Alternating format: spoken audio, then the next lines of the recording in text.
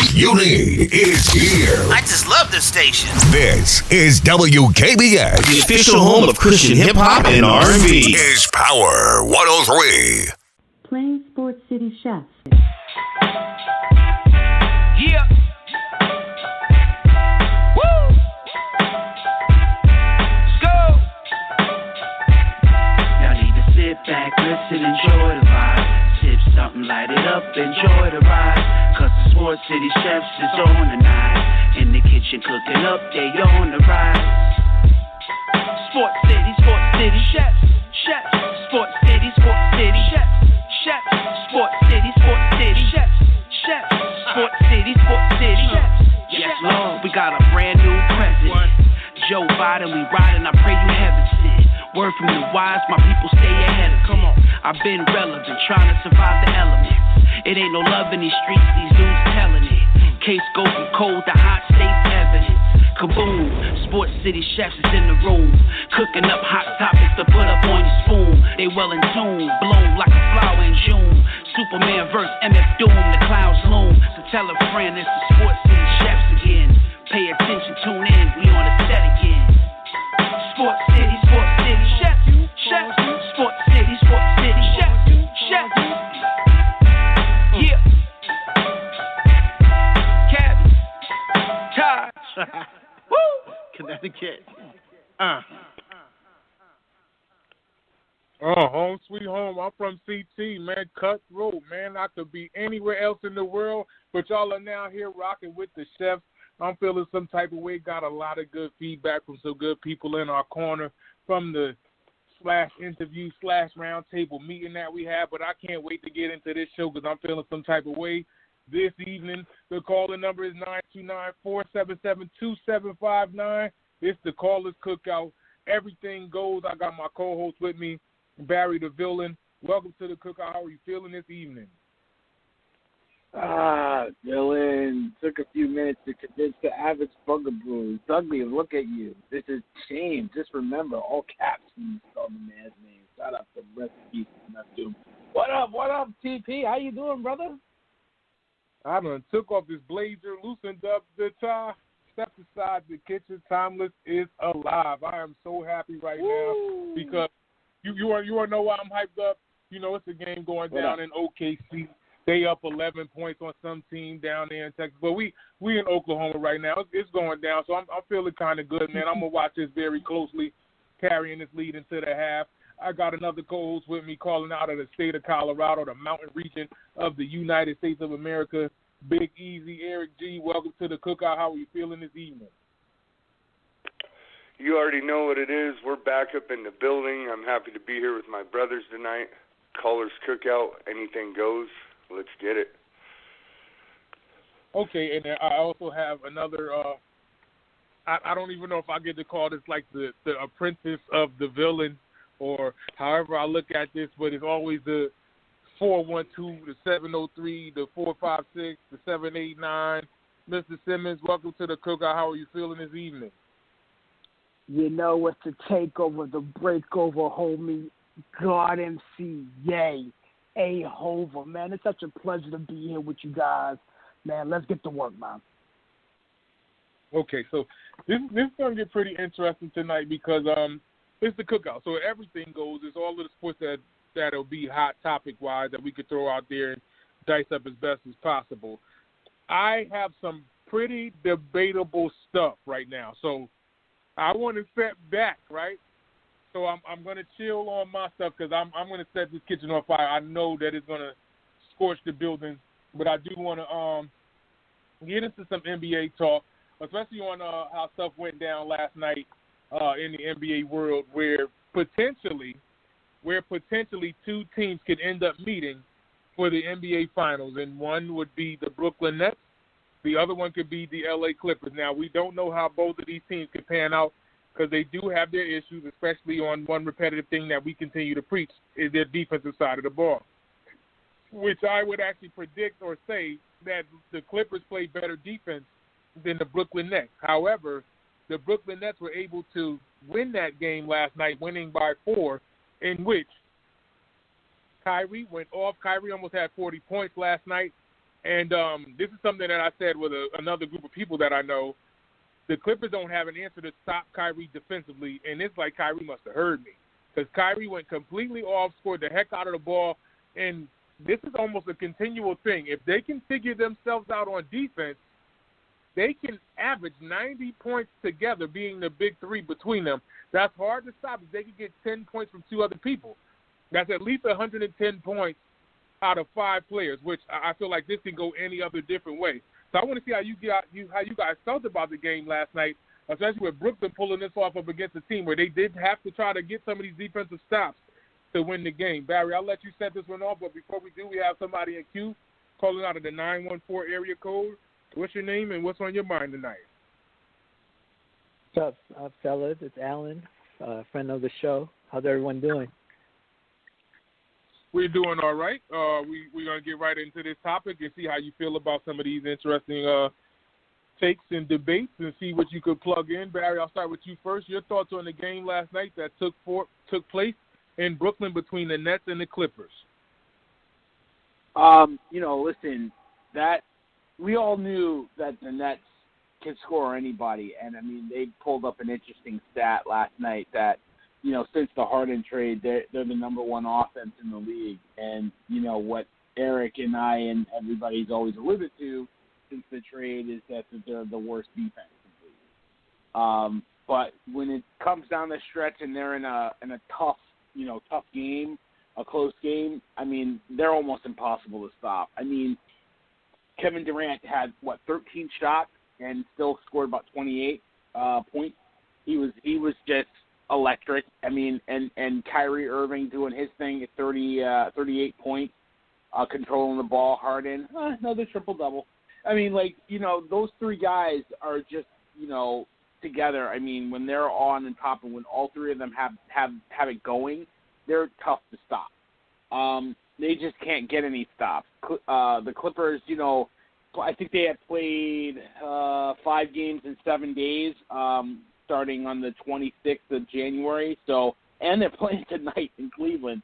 So, I mean, they're on a brutal schedule, a brutal stretch right now. But came out early. I thought it was going to be a runaway. They got on the Nets quickly, and then the offense for the Nets kicked in. Listen, when they're scoring, they cover up that defense. Can they do it enough? Can they do it in crunch time? Can they, get that critical stop? That's yet to be told. And I mean, honestly, nobody in this kitchen, I mean, I could be wrong, thinks that is possible, that they can get a stop as currently constructed. But just marvel at their offensive prowess. Like I said, the efficiency of Kevin Durant, the mastery, I guess you could say, of Kyrie Irving, who since he's come back has averaged over 30 points a game. Maybe he needed that mental health break. So, they're just offensively they're a juggernaut, and they will be there near the end, just because of the big three and the offense that they can present. Okay, Sirius, your thoughts on the game that went down last night between Brooklyn and the Clippers, and the direction of both of these teams, basically in the middle of their respective conferences? Honestly, gentlemen, I mean, Barry set it off pretty well. I mean, these are two teams that, are very skilled at scoring the basketball. The biggest issue with the Brooklyn Nets is over a 7-game series. Are they going to be able to get this type of production? I understand the offensive paralysis, of these three guys, but, outside of Joe Harris, not another Brooklyn Net hit double figures. We're looking at Joe Harris playing 35 minutes last night. You're getting Bruce Bowen Jr., coming off the bench, no points, 16 minutes. DeAndre Jordan, 7 points, 16 minutes.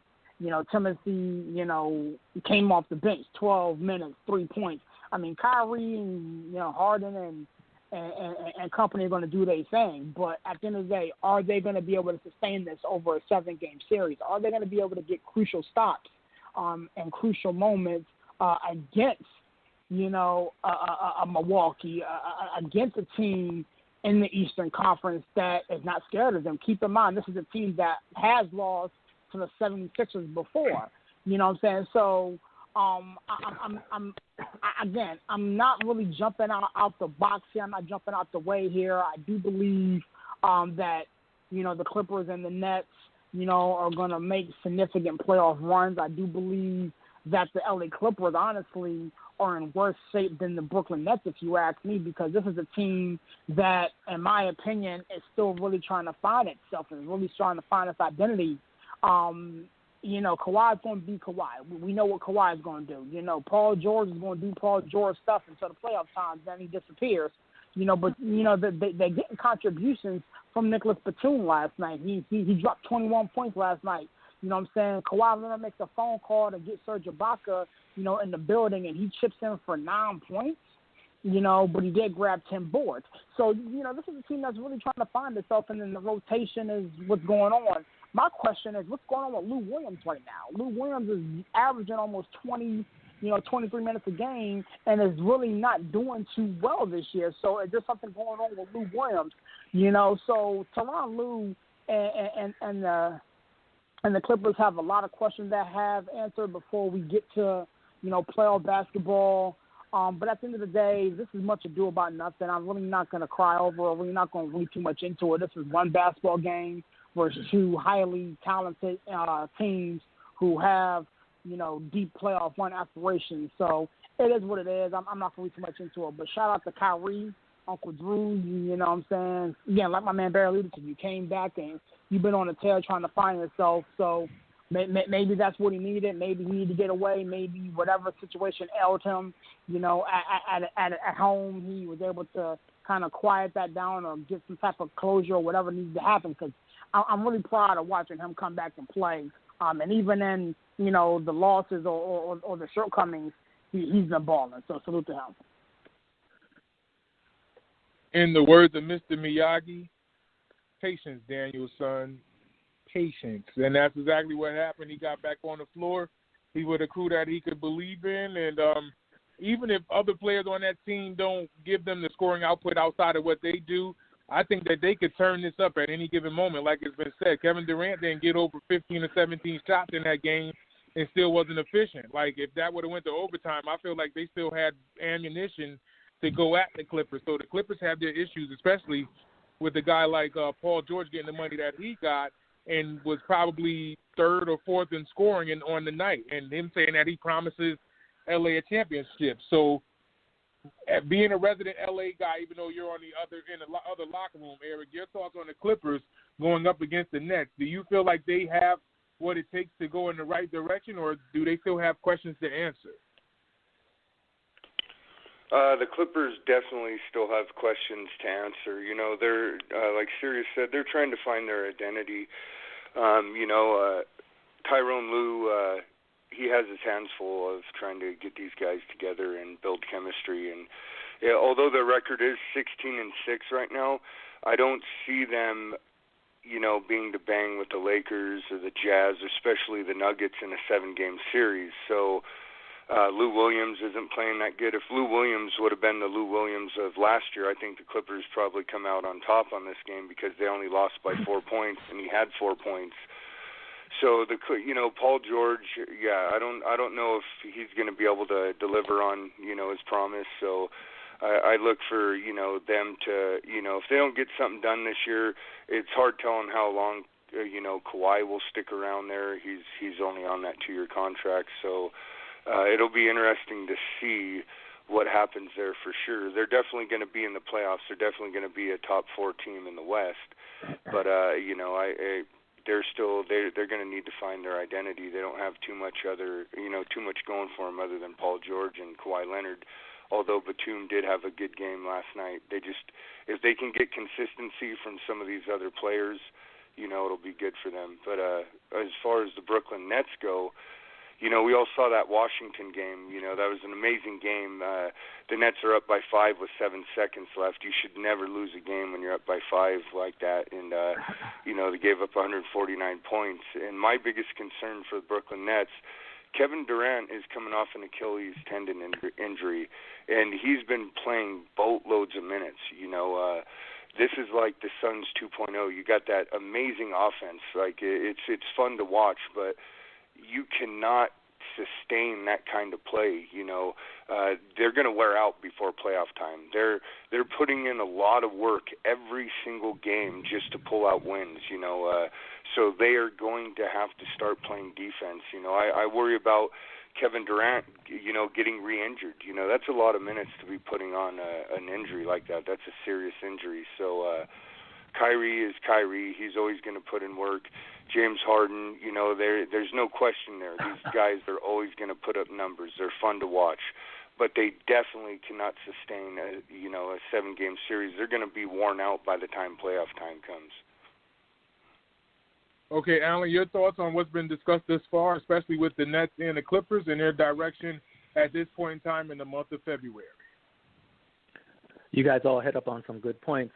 I'm not worried about the Nets offense. They got 3 of the best one-on-one scorers in the NBA. So if KD's off one night, KD's never off. So the rare night he's off, Harden, Kyrie gonna pick up their slack. What I'm worried about is, one, Steve Nash and Mike D'Antoni. We know they're not coaching any defense. And Steve Nash first time as a head coach, just curious about how he's going to handle everything, the media, and then all the rotations. They have very thin bench. A lot of people mentioned that, KD's playing a lot of minutes right now, so their bench is thin. But I'm also just worried about off-the-court stuff, KD's always caught up in some social media, people getting on him if he's posting stuff. James Harden, strip joints in the city. He might hit up a strip joint and, also COVID catches, something happens. Kyrie every week has something new to say. So I'm not worried about the Nets offense. I'm worried about what they do off the court and on the defensive side. Regarding the Clippers, I think they're in a good place right now. They're 16-6, even after the loss. No one's even really talking about them. And I think that's the way they like it, because last year, I think, they were contenders, and they weren't ready for that. Who would have thought the LA Clippers were serious contenders? So I don't think they were ready for the pressure last season. So this year they're kind of on the low, and no one's talking about them. Kawhi's putting up 26, 5-5, and I saw on Instagram someone posted Kawhi for MVP, and people are laughing. I'm like, he's putting up 26, 5-5, shooting 50% from the field, 90% from the free throw line, 40 from 3. I'm like, he should get some consideration. But I just think right now they're in a good place. No one's really talking about them, and we'll see what happens. I think they're lacking in size right now because their only true legit big man is Zubac. So if they're going to play the Nuggets, they're going to need someone else besides Zubac. If they play the Lakers, they're going to need more size, because right now they're kind of thin up front.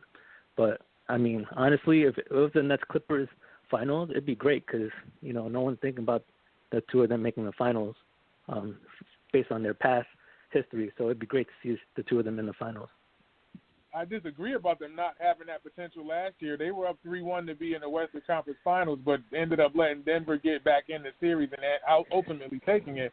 And they basically just added Serge, but they lost Montrezl Harrell. They still had Harrell and Lou Williams there, but now Harrell is gone. But they still have ammunition to get it done. They just need productivity at the guard position, and I mean more or less the point guard, whether it's going to be Lou, whether it's going to be Reggie or Kennard, if they're going to get Kennard in the lineup. I mean, that's what they're going to need, because I think ultimately at the forward position is where we see the question mark laying, whether if Paul George is going to be the 2 or Kawhi is going to be the 2. I think at the 2 and 3, they're going to go with their war. Like whatever they go to war with those two is going to end with Paul George and Kawhi Leonard.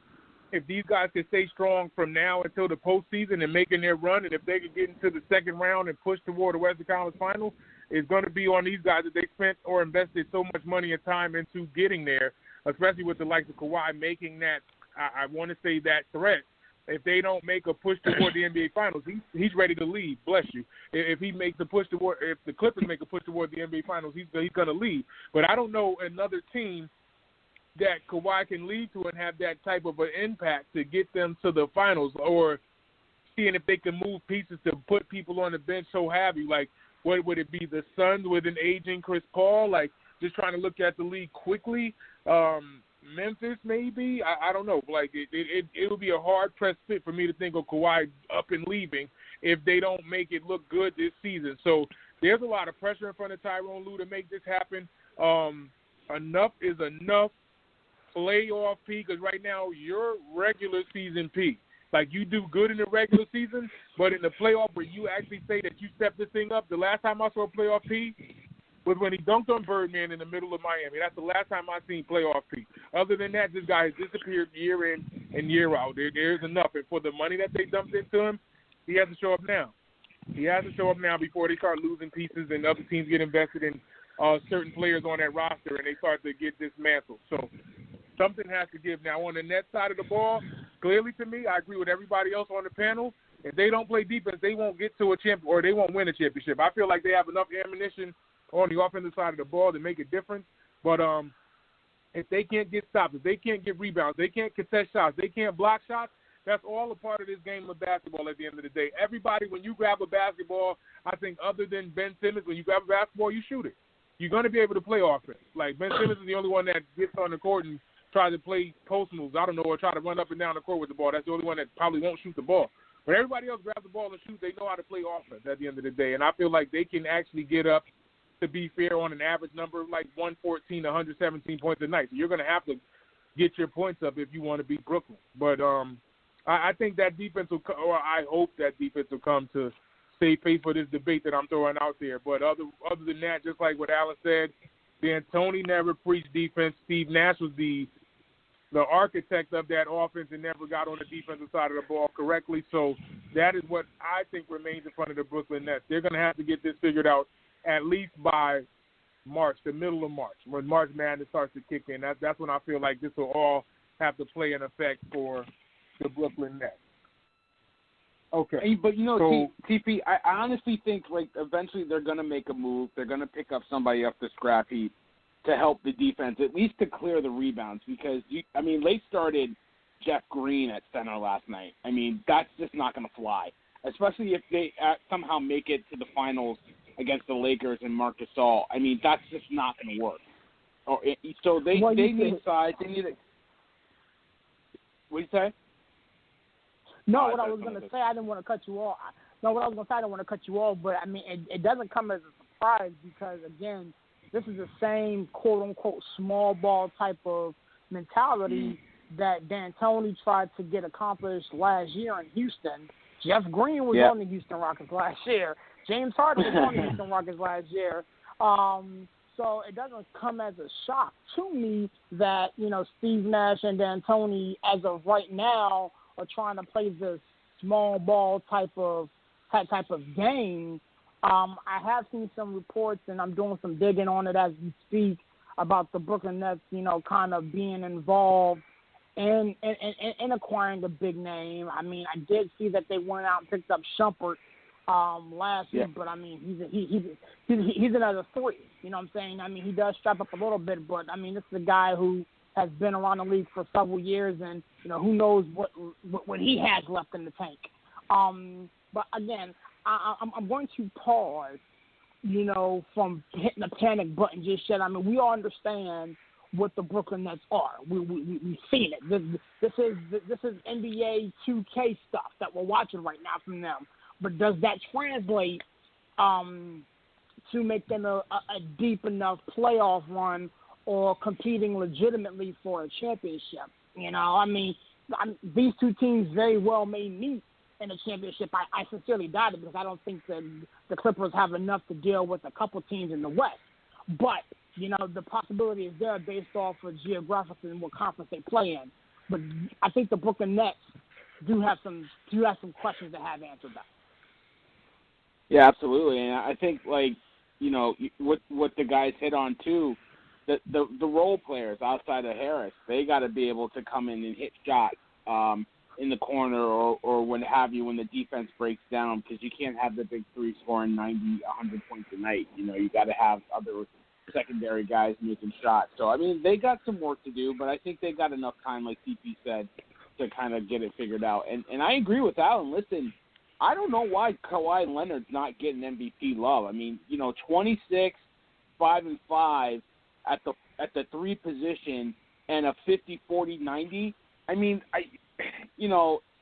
it's like he's quietly putting together a season to kind of say, you know what, I'm still that guy. I'm still that alpha dog. So, maybe he'll get a little bit more credit. But, I mean, it's funny that we're talking about it, and Eric mentioned it. You know, they're a 16-6 team, and we're saying they need work. You know what I mean? But I think they do need a point guard. But you know, I wish my Knicks were 16-6 and needed work. Come on, wait. Hold on. One team at a time, or one subject at a time. There's nobody talking about the Knicks right now. This is the problem. Oh, the Knicks that are up 70-56 right now on the Bulls. That Knicks team. Oh, no, wait. 71-56, exactly. Wait, against the Bulls, they're what? Thank you. What are they doing this year? You tell me if the Bulls are exciting to be talking about. Matter of fact, the Bulls have a better record than the Knicks, and you're happy about both scenarios? Like, come on.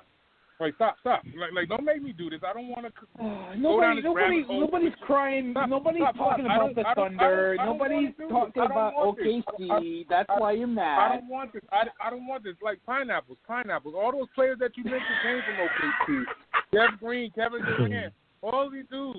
Like, stop. Serge Ibaka, every last one of them. They're Thunders. Like I don't need to do this. I'm past that. Like, let's get past that. Okay, so. Interesting. What's Oklahoma City's record? Wait, hold on. I'm not even trying to like venture down this road with you. They're 8-11. You guys are 9-13. Oh. Okay. Anyway, and this is despite losing everybody. Like everybody left OKC, and we still have a better situation than you guys right now. But I'm getting past that, 'cause I don't want to get caught up in this. Now. I am going to start a storm at the drill, and I want. Wait, can I finish? No, I can't finish. This is what's going to happen. I'm going to just start muting people. Like this has to happen. I'm different now. I deserve a little respect. We're being syndicated now. Like I deserve a little respect here. So slow down. So here goes the crazy part. I'm going to start a little fire at this drill and see how you guys feel about this. The Dallas Mavericks are sitting in the, I want to be fair in this number. They're sitting at 13th in the West. They are in a dogfight right now with the Atlanta Hawks, in which the Hawks are playing better basketball this year, in which that trade that happened between Trae Young and Luka, everybody felt a certain way about it when Luka started going off, and then Trae Young started coming around. It was like, well, Atlanta's going to feel a certain way about it. Atlanta's at least in the playoff picture right now. Atlanta's playing 500 ball. Atlanta doesn't have to have that strong of a concern because I feel like they still have to figure themselves out. Enter Carlisle and the Mavericks. I'm tired of it just being in front of, the Luka Doncic situation. If Porzingis can stay on the floor, how much of this do we look at Rick Carlisle putting this together the right way? Or do we look at the general management of them not putting the pieces together for Dallas to be competitive? I am at that point in time where I am counting the Dallas Mavericks out of the playoffs. If they don't go on a heavy run and start beating people up left and right, which I don't think they can do, they don't have an identity. And like I said, Carlisle has to be the guy now. Like, I understand and I get it. Porzingis has been out in and out of that roster. He's got to drink a gallon of milk a day. That's the only thing I could think of, or get him some calcium. That's the only thing I could think of. Other than that, it can't just be the Luka show. Luka is not going to carry those guys through the West. He's not that Dirk Nowitzki that Dallas is used to. I want to be fair to me saying that to him. Like I know he's young. I know that he was the preseason MVP and or the vote for the preseason MVP or the favorite, but he fell out of the contention. Like enter Kawhi Leonard. Look, Kawhi's name could be in there. Steph Curry is playing good ball for Golden State to keeping these guys in the hunt. There's a plethora of other players before I could even think about putting Luka in the discussion. I want to hear your guys' thoughts about Carlisle and the Mavericks, because I don't think it's fair to just say Luka. And I want to be fair to Porzingis because of his health issues, because his body, I don't really want to say his body's failing him, but he's not able to be on the floor, which anybody can look at in any different scenario. I want to set this one off. I'll throw this one to you first, Aaron. So my biggest thing is this, you know what I'm saying? Like, the Dallas Mavericks are who they are. You know, there's really no searching for identity with them. This is a get a ball to 77, step out the way, and let him do whatever he's big and bad enough to do.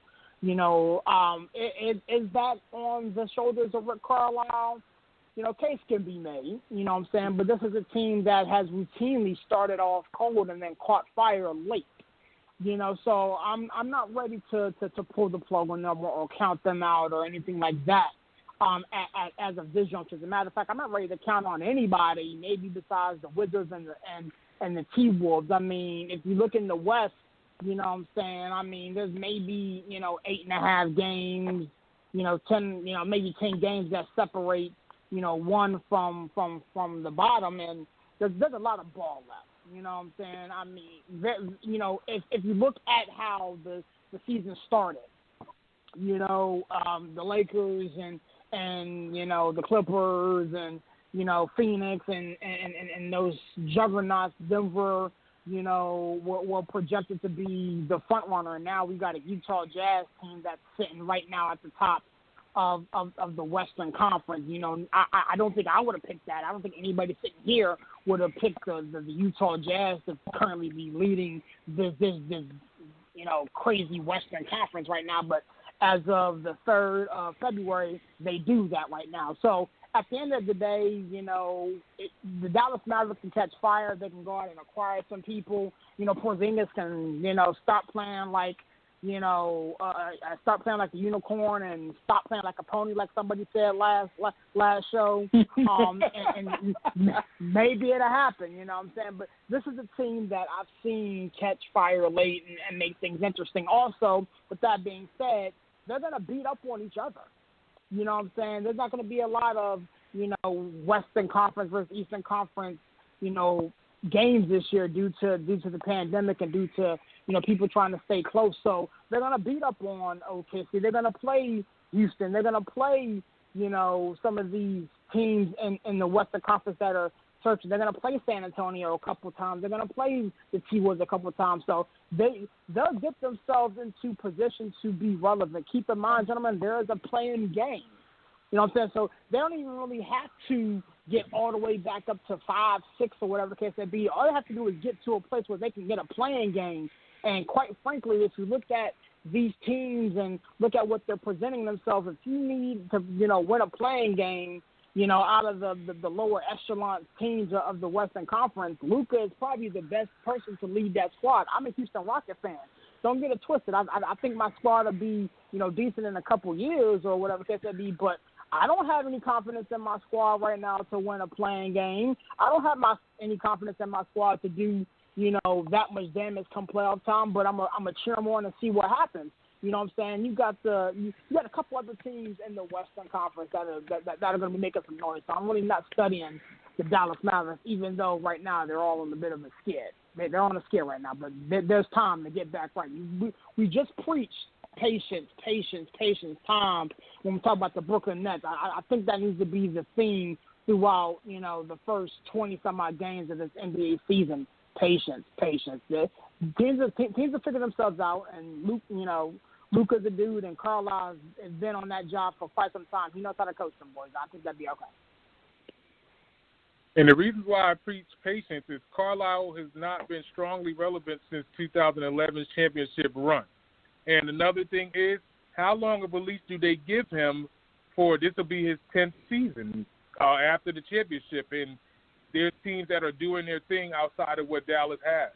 And to be honest, they could beat up on Houston because you don't believe in them or teams of that nature, but the West is tough, like top to bottom. Like even the Pelicans that are struggling that are the same percentage of games back as them. I mean, they have a game or two on them as being played, but they're right behind them in this situation. Like, and if look at these teams that are fighting for wins. Sacramento's a team that's going to fight to make a win. They can beat Dallas because Dallas isn't playing that defense.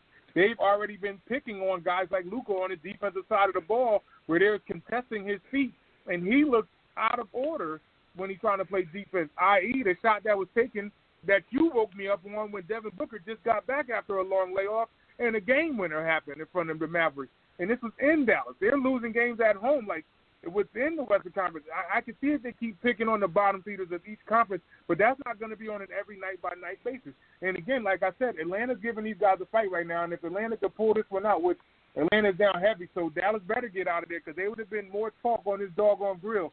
I know that's for sure, but by no means I'm letting Dallas get out of this woodwork. Eric, your thoughts on this situation with the Mavericks Do you think that they can get back into the hunt in the Western Conference, or do you think they may be in trouble by season's end? That's an interesting question, Ty. I'm more on your side here with Carlisle. It's his time is, he's ran his course there in Dallas. They need to move in a different direction. I think with them bringing in Porzingis, they were looking to, that was going to be their Nowitzki, and, it hasn't panned out. And even with Porzingis and Luka, you got to look at the rest of the team. They really don't have any other consistent players. You don't know what you're going to get out of Tim Hardaway Jr. if you're going to get 5 points one night and then 24 the next. Jalen Brunson, the same thing. So they need a revamp. They're definitely. I don't see them going to the playoffs this year, and even if they do, it doesn't matter. They're going to be a one and done. You play to win and to contend for a championship, and this team definitely isn't even on that level. So I think Carlisle, he's ran his course there. Dallas may make it interesting. They may, like I said, be up there in the 8th spot by season's end. They are winning right now 101-91 with 7 minutes left, but it's early in the season, and they're bunched up right now. So, Dallas definitely, there's problems brewing there. So they're going to need to do a whole revamp because they're not going to be able to accomplish much with what they have, and they definitely need to start with the coach, Carlisle, going in a different direction. Okay, Alan, you're next. I do have a caller in queue. Your thoughts on the Dallas Mavericks and Carlisle. I don't want to keep putting this in front of the youth of Luka, and I can't even act like Porzingis isn't young because Kristaps is a young guy too. But your thoughts on the Mavericks in a whole, and also Rick Carlisle. So I think the Mavericks are in trouble because, one, they play in the Western Conference. There are no cupcake games in the Western Conference. Regarding Rick Carlisle, you hit a good point, TP. He's entering his 10th season, so what he was doing 10 years ago with Dirk might not be flowing right now with Luka, so maybe he has to change it up. But one thing that wasn't mentioned is I'm still trying to figure out the Josh Richardson for Seth Curry trade. Josh Richardson, I'm looking at the stats now, he shoots under 30% from three. Seth Curry shoots like 45% from three.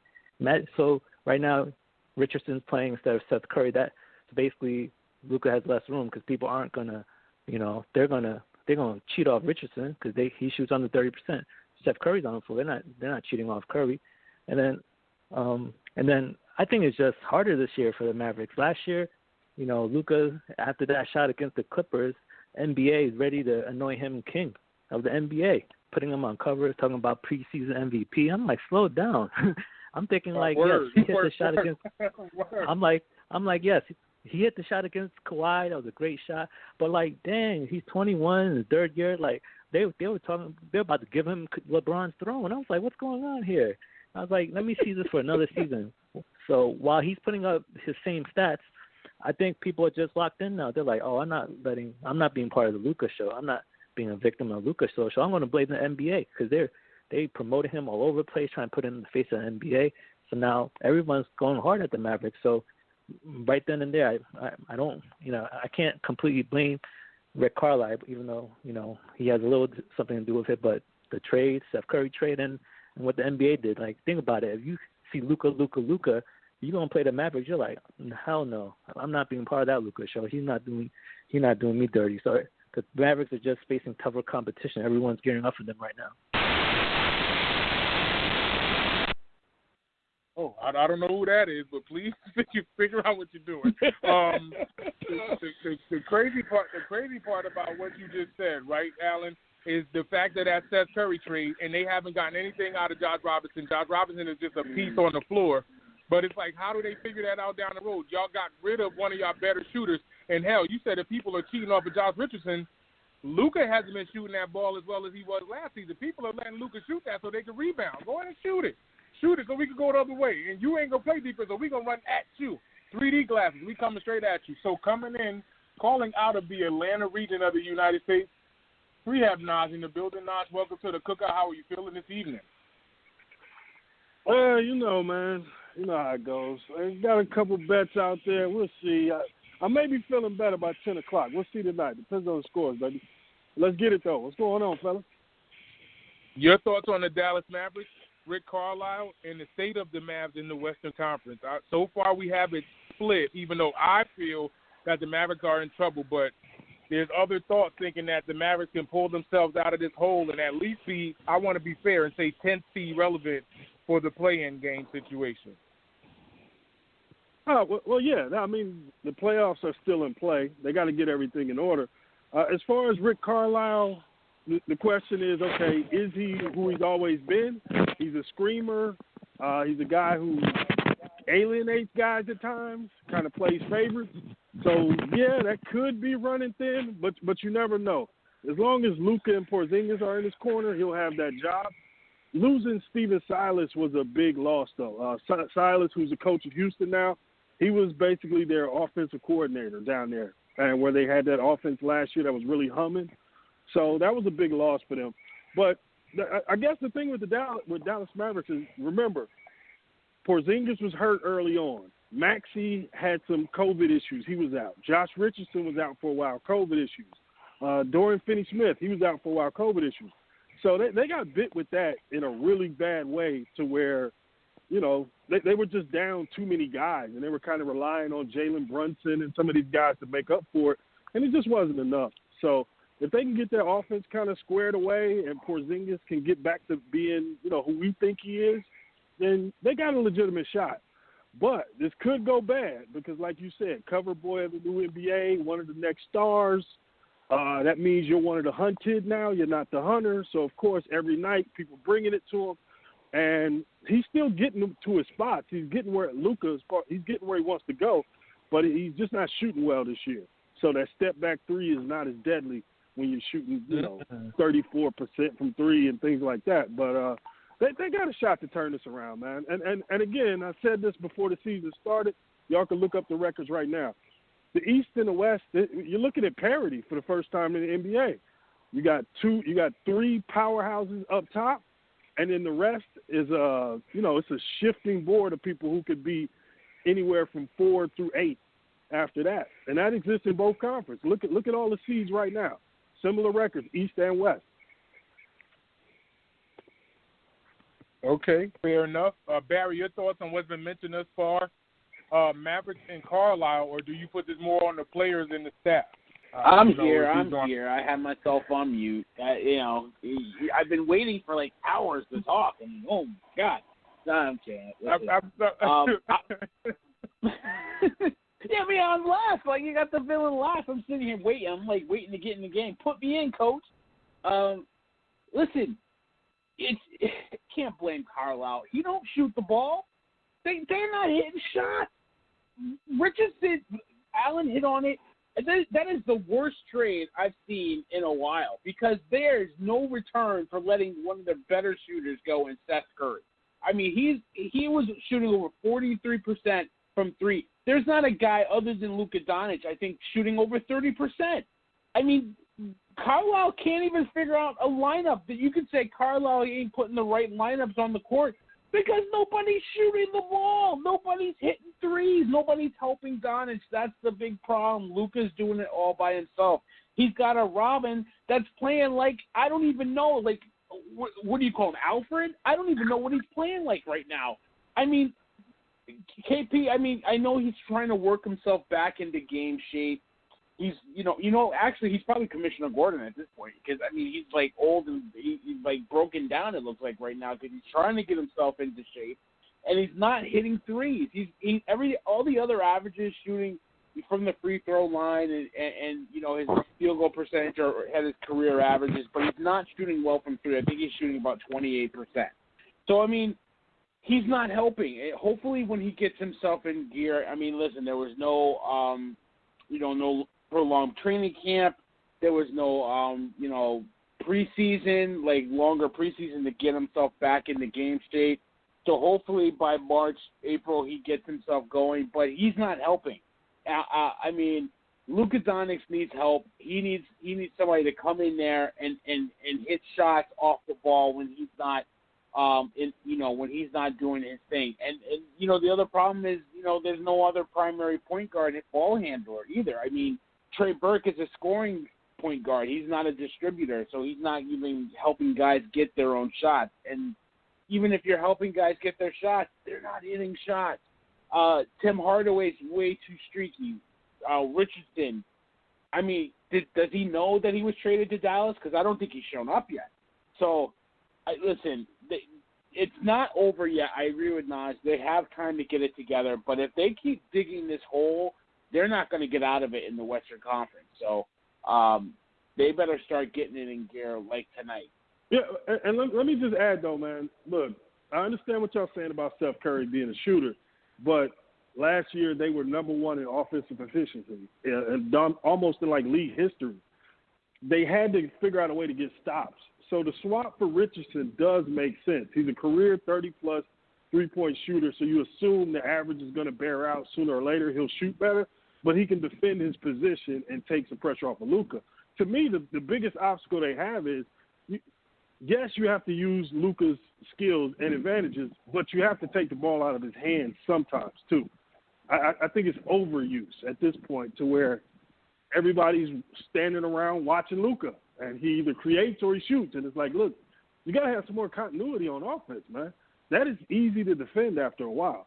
So I think Carlisle either got to put his foot down or something, but it can't just be the Luka show every game, every possession. But he's the only one that's scoring, Nance. That's the problem. His usage is like 36%. That's like second in the league to Bradley Beal. But he's the only one scoring. That's the problem. Yeah.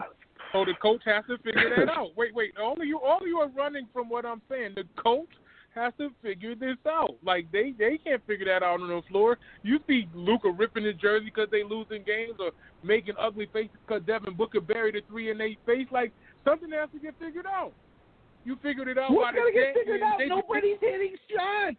Nobody's hitting shots, TP. What is it to figure out? So does he go to general management to try to make a move happen? Like, they have to do something. He can't just sit here and get punched in the face. Like that's like Friday after next. Like, you gonna let that girl keep beating you up, or you gonna do something? Yeah, but like I said, don't forget the COVID they better issues, go though, get man. JJ Redick or something. Having those guys out of the shooters. lineup. Yeah, but having those guys out of the lineup for so long, that did hurt, man. Think about it, Maxey just got back. Maxey Cleveland, who's probably their best big besides Porzingis. He just got back. So, I mean, this ain't no easy thing. They were down. Josh Richardson, yeah, he just got back too. He was out for COVID. Yeah. So they're just getting all these guys back. But again, this goes back to the Houston thing where Harden, where the usage got too crazy with Harden, where it's like, you're not going to win like that. Like, after a while, like, there has to be somebody else touching the ball. There has to be, like, some continuity on offense. It can't just be that, man. I'm sorry, man. That usage is it's way too high. As great as he is, it's way too high. Take a little stress off him. Okay, I'm gonna sneak away from NBA right now because we got the crossover cafe for tomorrow. So I don't want to steal too much of the ammunition because I did want to spend a lot of time on Dallas, but some people are up here saving Carlisle. Carlisle, you got some people that like you in this doggone kitchen. I'm not vibing with you. I'm not letting you get away with that. That general management has to do something. Or Cuban, since you a shark, you be on Shark Tank every week. You know what to do. Okay, so now. Don't laugh. This is. I'm trying not to. I'm trying to be professional. Okay, so there are rumblings that Andrew Luck is coming back. I didn't want to dive into that, even though that may have legs or not. I don't want to dive into that too much. But here is where I throw the steak on the grill, right? And pending if these players do come back, right? I had a top 3, but I ended up coming up with like 10 or 11. Which quarterback has the most pressure to win a championship / Super Bowl next season? The top 3 that I have are Rodgers, Wilson. I didn't feel like it was fair on Dak because he's fighting his way back, but the Dallas Cowboys as a whole, but I had to put Dak's name there because he's there. Then the other quarterbacks that I had to fill out the rest of the 10 or 11 quarterbacks were, depending if Breeze comes back, we don't know yet. Big Ben, if he comes back, if they can reconstruct that contract. That's why I mentioned that at the top of the situation. Lamar Jackson, Deshaun Watson, Matt Ryan, Josh Allen. I don't feel fair in saying Wentz or Cousins, even though they threw Cousins a ton of money in Minnesota, and he has some receivers there. And Wentz, it depends on where he lands or if he remains in Philadelphia. But after that MVP run, it's like, do you fizzle out of the league and everybody kind of forgets you, or do you go somewhere and become somebody? Like, and I don't know if he'll get to a Super Bowl or not, but that run that he had in that Super Bowl run, he was that guy until Foles came in and took over the rest of the ship and they won it. But I want to see how you guys feel about this, Barry. I'll come to you first. I don't want you pressing mute. If you're on mute, press unmute right now. Your thoughts on which quarterback has the most pressure. If you want to throw Ben or Breeze in there, we can. But I don't know if they are coming back. I know Ben is saying that he wants to reconstruct the contract, so I want to put him in there. But Breeze may fall off. So your thoughts on either the top three that I mentioned between Rodgers, Wilson, or Dak, or the rest of the field? Yeah, I mean, I'm not going to put Breeze in there. I expect him to be in the booth for NBC next year. I think Ben. I mean, he's got 2 Super Bowls. I don't. And at the end of his career, what pressure does he have? I mean, honestly, I don't even think he should come back. But that's just my opinion. I think honestly, out of everybody, I'll take Dak out. I'll take Josh Allen out because Josh Allen is young. I'll take Russell Wilson out because he's got 2 Super Bowl appearances. He has stuff to prove, but I don't think he needs to win to validate anything. The guy for me right now is Lamar Jackson. I wouldn't even say Deshaun because we don't know what team he's going to be on. I honestly think it's Lamar Jackson. This guy's a former MVP. He's just won his first playoff game this year before getting knocked out of the game against the Bills. But everybody has the question marks about can he throw the football? Can he be an accurate passer in this league? Following the same footsteps as Cam Newton from a passing perspective. So I think he needs to validate the MVP because he won the MVP and then now Mahomes has leapfrogged him and surpassed him and is in a different stratosphere than him right now. So I think Lamar Jackson needs help. They need to go out and get any receiver available to help him. He has nobody to throw to on the outside, in my opinion. Robinson or Jones or whoever they need to get, Galladay, whoever they need to get in Baltimore to help him out. That'll help his passer rating, I would think, tremendously. But he needs to win. He needs to win games. He needs to win big games. I think his record against winning quarterbacks isn't very good. Playoff caliber quarterbacks isn't very good. So he needs to validate himself. He needs to prove to the critics that he is that guy in the league. So that's my pick. Okay, Eric, your thoughts on which quarterback has the most pressure on them? Whether it's the top 3 that I mentioned between Wilson, Rodgers, or Dak, to the field being, if Ben or Breeze comes back, Lamar Jackson, like Barry mentioned, Watson, I agree, may not be fair depending on where he ends up landing, but he did get a $160 million contract, so he might have a chip on his shoulder to make it happen. Matt Ryan being down there in Atlanta and all the money that he soaked up and got to the Super Bowl and basically had it in his hands and it fell apart. How do you measure this? What quarterback do you think has the most pressure going into next season to lift the Vince Lombardi? I'm going to go ahead and say Matt Ryan just because what you just mentioned, Ty. I mean, they gave him a boatload of money. The Falcons are a team this year before the season started that I thought, was going to be a top contender in the NFC, and they completely fell flat on their face. So Matt Ryan needs to put up, you know what I mean? He's been to that NFC championship game and hasn't been back. So I think Lamar Jackson, he's still young enough. His time will probably come.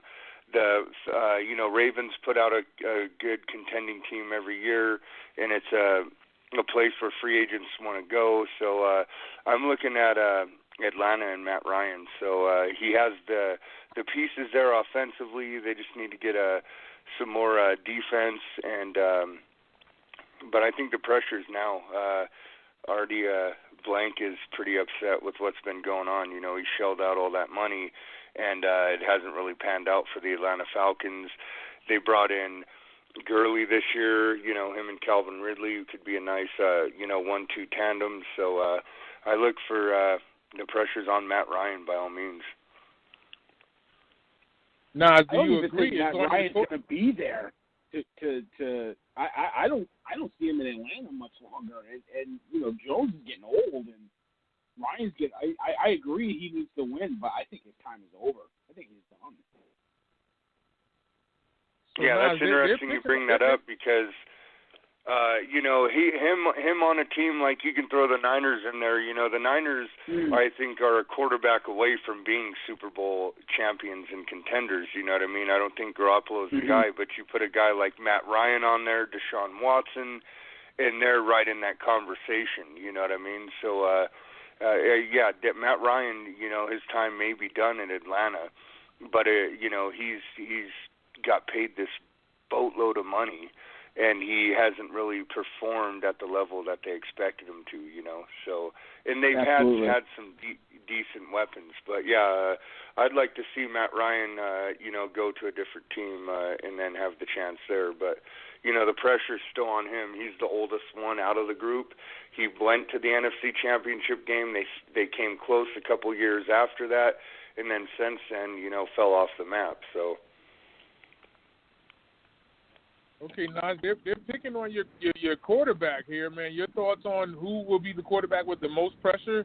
Do you agree with the top three with Rodgers, Dak, or Wilson? Do you think it's Matty Ice? Do you think it's the field or the name that I mentioned? Your thoughts on at least the quarterback that has been mentioned? Yeah, all of y'all wrong. Let me go and fix this up real quick. First things first, man, don't nobody expect Matt Ryan to win no Super Bowl. That ship is failed. We don't even care down here no more about that dude. Man, if he was to win the Super Bowl, all of us would be surprised. Wow. So, man, you can take that name off the board. I hope that dude retires. But really, that bad? Your question, no. He still has stuff in that bag. It's not over. It's not over. Yeah, whatever. That bag ain't over. big. I promise you that. It's a really little bag. But look. We're talking about Super Bowls and expectations. The only real answer is Pat Mahomes. Pat Mahomes is walking on a different air than everybody else. He has Super Bowl expectations every year now if he's going to meet that standard that people are expecting him to meet. So Pat Mahomes is the one with the pressure. Number two with the pressure, Matty Stafford. You're going to a ready-built championship team with a good scheme, a great defense. They just need somebody to come in and be the signal caller. You claimed as the number one pick that you're a franchise guy. Well, here's your opportunity. So the pressure's on Matt Stafford. And look, as far as these like Lamar Jackson detractors, I don't pay attention to these people, man. For one, QB wins is not a stat. As much as people want it to be, it's not actually a stat. Josh Allen and Lamar Jackson are in the same draft class, but somehow people think, well, Lamar, he needs to get something done this year. Well, Josh, you know, he's just young, and his time has come. Like, what? In the same draft class, one was drafted higher. They both had great MVP caliber seasons one year, but we're looking at one as if he has to prove something. Nah. Josh Allen and Lamar are both legit, but with the way the NFL works, the ultimate team game. Anybody can get knocked out of the playoffs early or advance and play a team that's better than them. Doesn't mean the quarterback is any better or any worse. It's just kind of how it goes, man. Look at A-Rod. Great as he's been his whole. Oh, somebody, they must have sniped Nas. Hold on, Nas, please. Say you still there, Nas. Don't let these people do this to you, man. The music you need is here. I just love this station. This is WKBS. The official home of Christian hip-hop and R&B. Is Power 103. Calling phone number is 929-477-2759 with Power 103 Radio and the Sports City Chefs tuned in. All right, Sirius, until he comes back, your thoughts on which quarterback has the most pressure to get to that trophy and hoist that silver Lombardi? Honestly, he started on it, but I'm gonna finish it. In my opinion, it's Aaron Rodgers. At the end of the day, it's Aaron Rodgers. This is a guy who has been to 2 NFC championships in a row and has come up short. This is the same Green Bay Packers team who we drag, for not doing anything, in free agency, or not doing anything via the draft, or not doing anything via the trade to bring some help to Aaron Rodgers, and they still find themselves, 13-3 in the NFC Championship game. At what point does the excuses run out? At what point does Aaron Rodgers get sick and tired of, placating and dealing with this thing? Keep in mind, they just drafted his replacement a year ago. So Jordan Love is in the building. He's taking reps with Aaron Rodgers. You know what I'm saying? So, is on a ticking time clock, or has pressure to hoist the Lombardi Trophy next year, or to prove their worth, unfortunately, is Aaron Rodgers, because his replacement is there. You know what I'm saying? They drafted somebody to take your job. You know what I'm saying? So, in my opinion, it has to be Aaron Rodgers. The way he said that, you were about to lose your job. I don't know if y'all heard that, but you about to lose your job. Right. That's how I feel about this. And I believe it's between the 2 quarterbacks, and Sirius just said one of them, between A-Rod or Russell Wilson. And Russell Wilson, especially the claim that he stated at the beginning of this season, saying that I am the best quarterback in the league, and got off to an electric start. They were 5-0 out the gate. It was like, wait, hold on. The Seahawks not playing around. Then he lost his first game. It was like, oh, okay, he's human. And Ben kept running the table like they were undefeated. And it was like, wait, the narrative left the Seahawks. Then the Seahawks fell into the playoffs. Like, I don't really want to give them the head and shoulders that they got in there, because they had to hope for some stuff to happen at the end of the season for it to get there. And then for me to look at Aaron Rodgers and his situation, I'm not going to lie. My team plays against them 2 times a season. So it's like I see this all the time. I see him just beating us up with a club bat with nails at the end of it. But it's like when he plays those stronger teams, or plays those games where he needs to win them, or it's a marquee matchup, or if it's in the middle of the season and they're playing Tampa Bay and Tampa and they lose 38-10, and then you get this home field game in the middle of Lambeau and all of the lights are on you. There's no crowd yelling at you. Everybody's cheering for you. You coming back to bratwurst and cheddar and beer and all types of stuff, and you still fall short. You are going on, 38 years of age this December. He'll be 38. Time keeps on slipping, and it's in front of Rodgers, too. I think it's between the 2 of them. I don't know who I'm looking at more. Is it more Rodgers, because I think Rodgers is fairly older than Russ, or does Russ get this while he finally got a fully equipped receiver in DK Metcalf, but the rest of that receiving core is speedsters? If those guys don't have the speed to get separation, there's a lot of pressure in front of Russell Wilson to get these guys into the playoffs and win a game. Not just get there, but you got to win a game. So it's between the 2 of them. If I had to pick, I'd have to side with Sirius with Aaron Rodgers. I think Aaron Rodgers has the most pressure. They had an interview with him recently that he basically said he's not watching football. He's trying to stay away from it because he gets frustrated, and how he felt in shaking Tom Brady's hand at the end of the game and things like that. Like, this is continual. This has not been his type of conversation since 2011 or 2010, 2011 when they won the championship in front of Pittsburgh. Like, when does he get this figured out? He's the strongest component on the offensive side of the ball for the Packers. I can't lie. Like, and everybody's like, oh, well, he doesn't have this piece. He doesn't have this piece. He's able to make do with what he has on the field. To me, it's between the 3 of them. I want to be fair to Dak because Dak's coming off of a crucial injury. But the Dallas Cowboys, I mean, the money that Jerry spends, how much time he spends in front of a camera, all of these guys don't know where they're going to be next year. With an offensive line that's aging and you don't even see Tyrone Smith on the field for that offensive line full seasons for the past 3 or 4 seasons he's out. So, like, their offensive line is breaking down. Then looking at Kirk Cousins, for them to throw him $88 million, they threw Kirk Cousins $88 million, and they lost Stephon Diggs in the mass of that. And then you watch Justin Jefferson come there and have an awesome season, and they still fall short with Minnesota. Like, they didn't even have a winning season. Like, that's pressure. Like, the Lamar Jackson situation, I feel like they're about to – I want to be fair. To give him 2 receivers. Like if he can get 2 receivers to go down there in Baltimore, then we have a problem. Right now, it's still going to be on the promise of if his legs could get him there, or if him and Mark Andrews can make that connection, or if Hollywood can continue to get that separation deep. Like, I don't believe in guys like Snead, or Des Bryant and him trying to fight his way on the roster. Like, these guys are names, but do you think these guys are playoff and Super Bowl ready? I'm not sure of that. Like, I question that at the end of the day. Josh Allen, what you said about A-Rod is fair, man, but I don't think that's fair, man. Russ is out there with a patchwork offensive line making magic work, and we expecting them to do it all. Like, they got to build that. Yeah, but we're used to seeing him make it happen, Nas. How many times do you see him get the time back there? He holds the ball long enough that he can run circles around the defensive line that's chasing him. So he's sitting back there with at least 4 seconds back there to make it happen. He'll run around for another 4 to buy time. Yes, we've seen it happen. We've seen it happen. And for him to state the claim this season that he is the best quarterback in the league, you got to step up to it now. You got to step up to it now. But you know what, TT? I don't look at the Seattle Seahawks as one of the elite teams.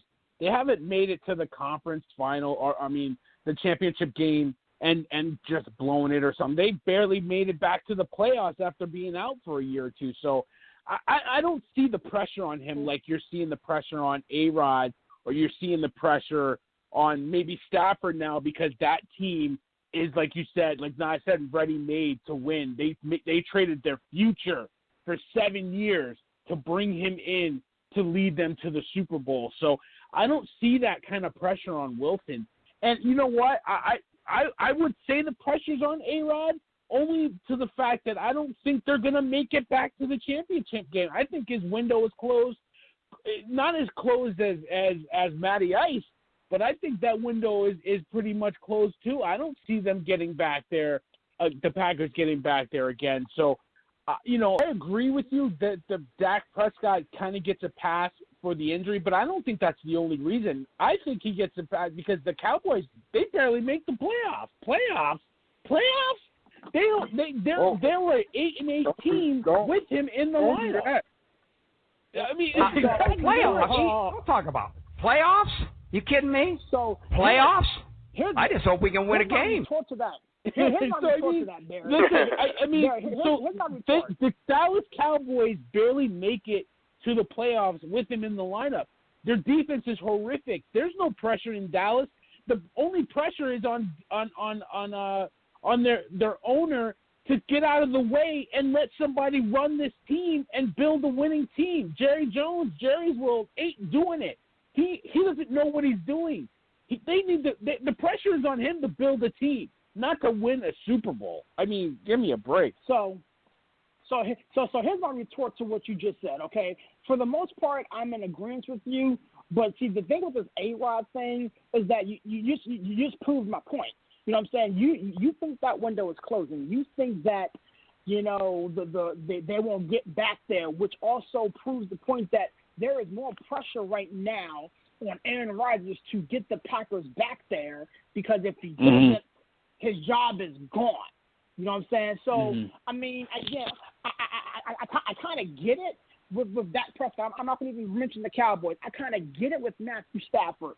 I'm in agreement with a little bit with the Seattle Seahawks, because at the end of the day, the Seattle Seahawks had one of the worst defenses in the National Football League for a long time. That they got hot late, but for the longest time, they had the worst defenses in the National Football League. And you can add Matt Ryan and the Atlanta Falcons to that list, because here's the thing, and games ended, 45 seconds to a minute sooner, the Atlanta Falcons would be relevant last year. They lost so many games late, but I'm not going to even go down that road. The biggest issue is there is so much pressure right now on Aaron Rodgers to get back to that point because, like you just alluded to, maybe his window's closing. We've asked this question so many times during previous offseason. Is this Aaron Rodgers' last run? Is this Aaron Rodgers' last run? And we go into the following season. They're 13-3 in the NFC Championship game. They get ran literally 2 years ago by the 49ers. They get embarrassed at home this year to the Tampa Bay Buccaneers. You know what I'm saying? On the offseason, it was awkward to shake Tom Brady's hand. He's really trying to throw shade at reporters. The ownership and the coaches coming out saying, "Yo, yeah, he's in our future. We don't, we want to trade him." I mean, here's the thing: we went down that whole QB list last week of potential quarterbacks in new places. The only one on there with a real legitimate Super Bowl ring is Aaron Rodgers. You know what I'm saying? Deshaun Watson ain't got a ring. You know what I'm saying? Deshaun Watson gets to the first round of the playoffs and gets bounced out every year. Deshaun Watson, he's a sexy name. He's a hot name, but he really hasn't done anything in the playoffs. The only one that's on that list that we talked about last week is Aaron Rodgers, and that's because there's so much pressure on him right now to get the Green Bay Packers back there. We talked about Bradley Beal and Luka Doncic, a segment ago about usage. There's so much pressure and so much usage on Aaron Rodgers because he's literally having to make chicken salad out of chicken crap because this team doesn't do enough to support him. It got to be Aaron Rodgers, gentlemen. I mean, listen, I agree. There's a lot of pressure on Aaron Rodgers, and to get that second chip to separate him from Brett Favre and to validate the fact that people think he's pound for pound the best quarterback to ever do it. But we're talking about a guy that, in his third year as a starter, won a Super Bowl, and since then has lost every NFC championship. He hasn't even gotten back to the Super Bowl. So I agree with you that there's pressure there, but in my mind, he's so far gone. Like, he's not – I don't even see them getting back there. I'm going to put the pressure on somebody else that, has more to prove and is about to build their legacy, a guy like Lamar Jackson. And Nas, I totally agree with you with the Lamar Jackson and the Josh Allen comparison. Like how Josh Allen's young, but Lamar Jackson, he needs to prove it. But guess what? Which one of those guys got a MVP trophy? That's why there's more pressure on Lamar Jackson than Josh Allen. Josh Allen just came into his own this year. Lamar Jackson got an MVP trophy to prove, that he's that dude. So prove that you're that dude. Get the Super Bowl. Let's go. Let's keep it a buck. Still unrealistic. You want to say Danny Dimes, don't you? No. You want to say Danny Dimes, don't you? Let's keep it a buck. Danny Dimes. He's still using PayPal, Danny Dimes. Stop. But no, the thing with Lamar is he won an MVP. Few people will ever do that, and people think it's some kind of trick or it's some kind of accident. Like, nah, he's good. That's why he won an MVP at his age. People tell me he needs to get better. I'm like, yeah, this dude who won an MVP needs to get better. Well, how good could he be? Not how limited is he? No, Lamar is really, really good. The best thing that could happen to them would be to get a new OC and run a different scheme as opposed to the run-heavy scheme they run now, which kind of gets people to think he can't throw, which is erroneous. He can throw. They don't have a number one receiver, but they have an offensive line, and they have Lamar's legs. That's why they play the way they play. But if you get somebody more innovative in there and a better number one receiver, I think you'll see everything that Lamar can do, man. And, okay, are people going to say last year was a fluke for Josh? Or do they expect now Josh to get better? Because last year he finally got number one wide receiver. Okay, hold on. Wait, hold on.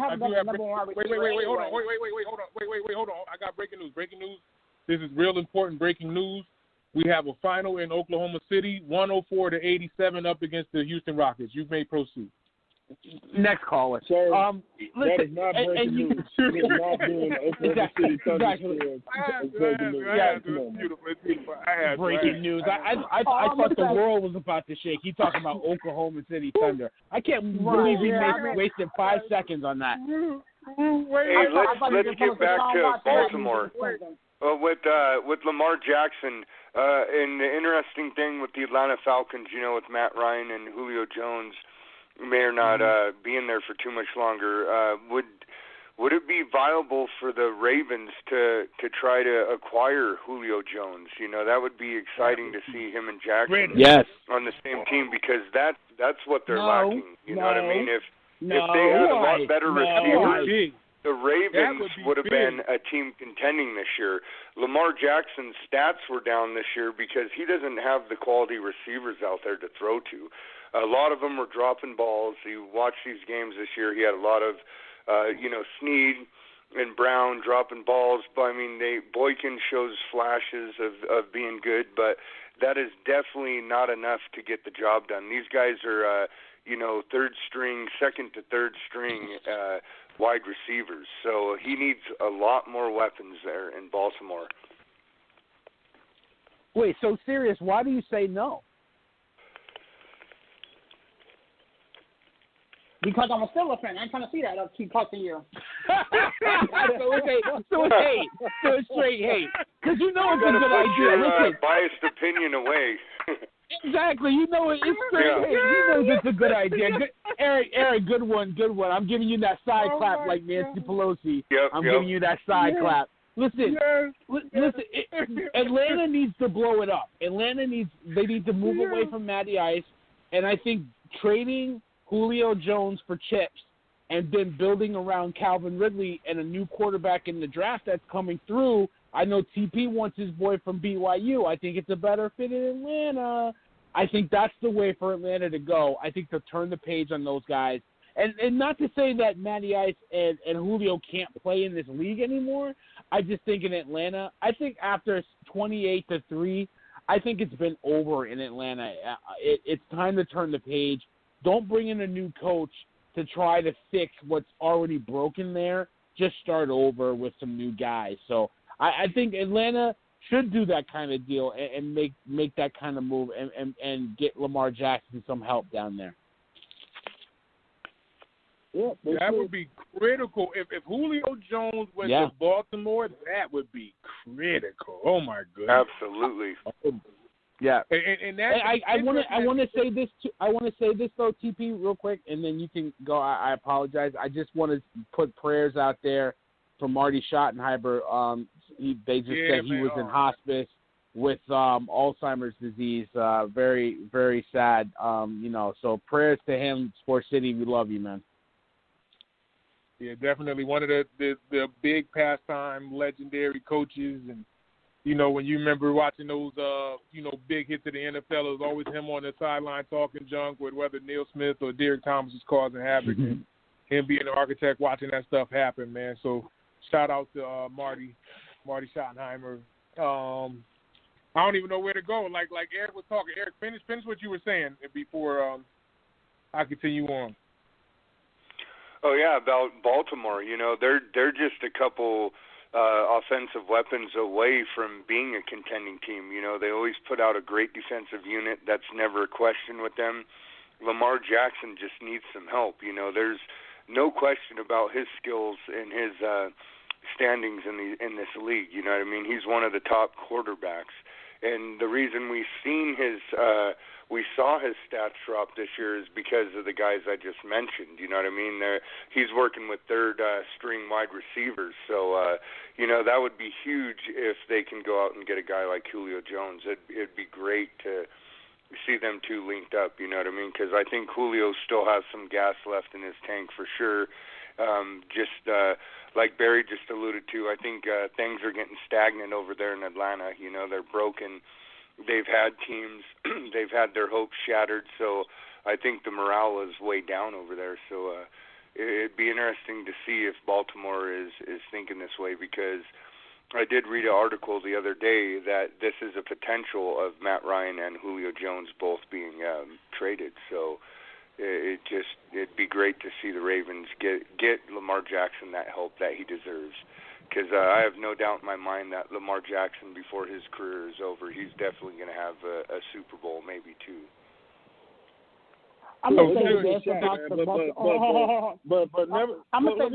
Baltimore Ravens real quick. Never forget, Dez Bryant walked from the couch in 2 years retirement onto their roster and started getting snaps. That's how bad their wide receiver core is. I'm done. Yeah, exactly. Real rat. Well, see, Yep. Real rat. So here's what you guys are failing to understand. Here's what you guys fail to understand. The Baltimore Ravens are going to have a different offensive coordinator this year anyway, because the former offensive coordinator is now the new head coach of Houston. So change is coming in Baltimore. You know what I'm saying? And we'll see what happens. I'm not subscribing to this whole Julio Jones, Lamar Jackson nonsense. I can't do it. I'm not going to. It's not nonsense. Don't be a hater. Yeah, I know who I am. Don't get familiar. Don't get lost. We may be syndicated and everything, but I'm still gonna be serious. I'm not doing it. I'm not doing it. Can't have it. You know what I'm saying? But with that being said, I'm interested to see what happens. You know what? What team is one player away from actually making that quantum leap into the Super Bowl to contend with like the Bucks and the Chiefs of the world? TP, like, because Eric brings up a great point that, you know, the Ravens are a receiver away. The Falcons, you know, need a trade partner for maybe their weapons, just like the Rams and the Lions made that move to bring Stafford in to get them, you know, to that, over that hump and to that next level. What team do you see is a player away, you know what I mean, to making that leap? I can make this a sad situation, and people may, I know I'm going to get you to disagree, but I like this because I'm reading it right here and right now. Depending on what happens with one of the quarterbacks that I did mention, Drew Brees, Sean Payton puts out a statement and says, if Brees plans to retire, Jameis is our quarterback. Yeah. Really? And it's like, hold on, that's sad. Like you watch Jameis throw 30 touchdowns last year. Hold on. Jameis threw 30 touchdowns last year, and he threw 30 interceptions with the Tampa Bay Buccaneers. He leaves. They're in the Super Bowl. Now, you're telling me that this is the same guy that couldn't put it together with almost the same weapons, because Antonio Brown came after, week 9, week 10, I think it was, and didn't really play that much. But Brady was able to turn that thing around to get them to the bowl. So why not reach out to the city of Atlanta and go get Matty Ice to run the show down here? If they're giving up on him, let him go down here where they think Brees has been slowing down for the past couple of years, because there's no way that I could really figure out how the Saints keep losing year after year, postseason after postseason, where one of those games was in the middle of Minnesota on his birthday, and they lost to a Hail Mary. So I got to be fair that they did all that they could, and the defensive players just didn't hit the guy or didn't knock Stephon Diggs out or make the play at that point in time or get a pass interference call. Yeah, that was the most ridiculous defensive play in all of football. They should have been in the prevent. They had it. I mean, he had his back towards him when he caught the ball in the air, and all he had to do is just wrap him up. He had help on the way, and instead he dives like a torpedo. I mean, that was terrible, man. So they deserved to lose that game. That was just ridiculous. Well, the crazy thing about the Saints is wait, I wasn't done. I'm cooking. I know people like to eat. I know. I got y'all. Then figure it out after the year after that broken up defensive pass interference that I think that was a pass interference by far. Brees made the right pass, but they didn't call it. Then they have to stop the Rams. Or no, I think they had the ball before they had to stop the Rams. They had the ball first. Yeah, they got robbed. Plain and simple, they got robbed. It should have been them and the Jaguars in that Super Bowl. There's a bunch of fishy stuff going on that year. You can look back what Jalen Ramsey said, you know, his tweet about the league being fixed and, you know, for Brady and all that. So there definitely was some questionable stuff going on that year, because how could you miss a pass interference call that blatant right in front of your face and don't call it? I mean, that's just terrible, man. Terrible. I'm trying to let me finish. Wait, let me finish the point. Like I know it may smell good. It smells good. Hold on. Let me just. That's just game 2. That's just game 2. I didn't get the 3 and 4. So the next year after that, they're in the same Superdome. Brees has to get to the Super Bowl, and then they lose bad in front of Minnesota, the same team that just got them for that Hail Mary in Minnesota 2 years back, and Kyle Rudolph went off in that game. And then you get Tom Brady to come into your building and set it off in front of you while you know you're contemplating retirement and come up short. So if Brees is leaving, I don't feel confident one with Jameis Winston to keep those pieces there on that offensive side of the ball. I think probably the only person that may stay there is Kamara, because I know New Orleans won't let him go because he's just so dynamic of a running back that they can move him. But you probably will lose Emmanuel Sanders. I don't know if Thomas will stay, depending on what they have at the tight end position. To keep that there, you got to get a quality quarterback like Matty Ice to try to make that difference happen. They cannot let Jameis run that show on Bourbon Street. I repeat, they cannot let Jameis run that show on Bourbon Street, period. Yeah, Sean Payton needs to be fired if he thinks that. You know what I mean? That's just insane. But I think we're overlooking here that is it time for Sean Payton to go? He's been there for a long time. You know, riding that Super Bowl wave of when they won that Super Bowl. You know, like you just touched on, Ty. They have not performed in when it's counted. They've been Super Bowl favorites year in and year out, and they fold in the big games. So is this something that we got to look at? Sean Payton need to go, and especially with him thinking that Jameis Winston is the next quarterback of this team. So and to be happy about it. At the end of the day, I cannot buy this whole Jameis Winston is going to be our quarterback of the future, because when Drew that's Brees what went he's out saying. Pasture, That's what's coming out of Sean Payton's mouth. That's exactly what he said. That's coach's speak. That's coach speak. Well, I mean, what more do you want him to say? You know what I'm saying? Jameis Winston is still on his roster. You know what I'm saying? So, of course he's going to have to say that. But actions speak louder than words. And when Drew Brees went down, you went to a gadget quarterback who you said that you felt confident in. When Jameis Winston was sitting there, we sat here, once again, gentlemen, we sat here on this very network and was talking about why in the world would you spend the money to go out and get Jameis Winston, and he threw maybe 4 passes all year. One of them went for a touchdown. Yeah, but Drew Brees goes down for 5-6 weeks, and you play it Taysom Hill. You know what I'm saying? So I'm not going to buy that nonsense. I don't believe if Drew Brees retires, they're going to turn the ball over to Jameis Winston, because when you had the opportunity to do so, you failed to do that. You know what I'm saying? So I'm not buying it. I do believe if Drew Brees retires, and all of us think that he will, you know what I'm saying, they're going to go out and figure something out. Jameis Winston only signed a 1-year deal at that. You know what I'm saying? It wasn't like he's going to be there for 2 years. He signed a 1-year deal. So in March, Jameis Winston is a free agent, and I think he's going to test it and go somewhere else, because I don't believe he's going to have a legitimate shot and with the Saints. I don't think he will. Sean Payton is pressuring the organization to sign him sooner rather than later. This is a legitimate thing that's coming out of the coach's mouth, that they want him to be re-signed there in New Orleans. So, you know what I mean? I don't think too many teams are going to be lining up to get this guy. And the way Sean Payton's talking, and he's, pressuring the organization to get this deal done now. Again, hold on. Let me get in for 1 second, man. Let me get in for 1 second. I think Jameis's bad season is kind of overblown. This is still a number 1 draft pick. Sean Payton brought him in for the minimum because the idea was he was going there to learn from Drew and get basically tutelage from Sean Payton. So if Sean Payton reverses field on Taysom Hill and they end up trading or cutting him or whatever, because they can't keep him as a gadget guy for that big contract they gave him, that's the weird part here. They gave Taysom Hill all that money.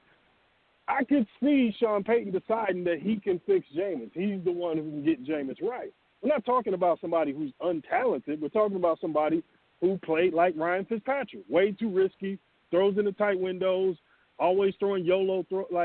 Those are the things you're supposed to be able to coach him out of. And let me tell you something. He ain't going nowhere as far as New Orleans. If he left tomorrow, he would get a deal not as big as your boy out there in Las Vegas, but he would get a deal almost similar. Like, that's how well thought of he is within the NFL community as far as Sean Payton. He has that job as long as he wants it, man.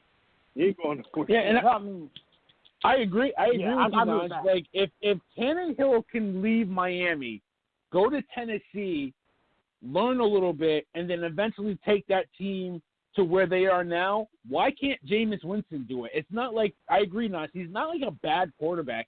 He just makes a couple bad decisions that, helps the other team a little bit too often. If you cut that down in half, he's a pretty darn good quarterback in this league. I think he can be fixed. And Sean Payton can do it.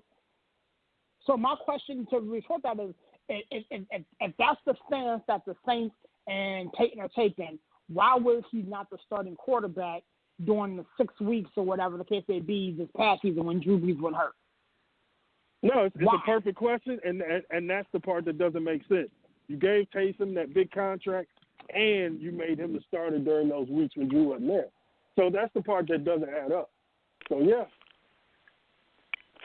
Yeah, he's only under contract after this year. You know, he's got one more year left, so they're not, you know, tied to him in any long-term plans. So,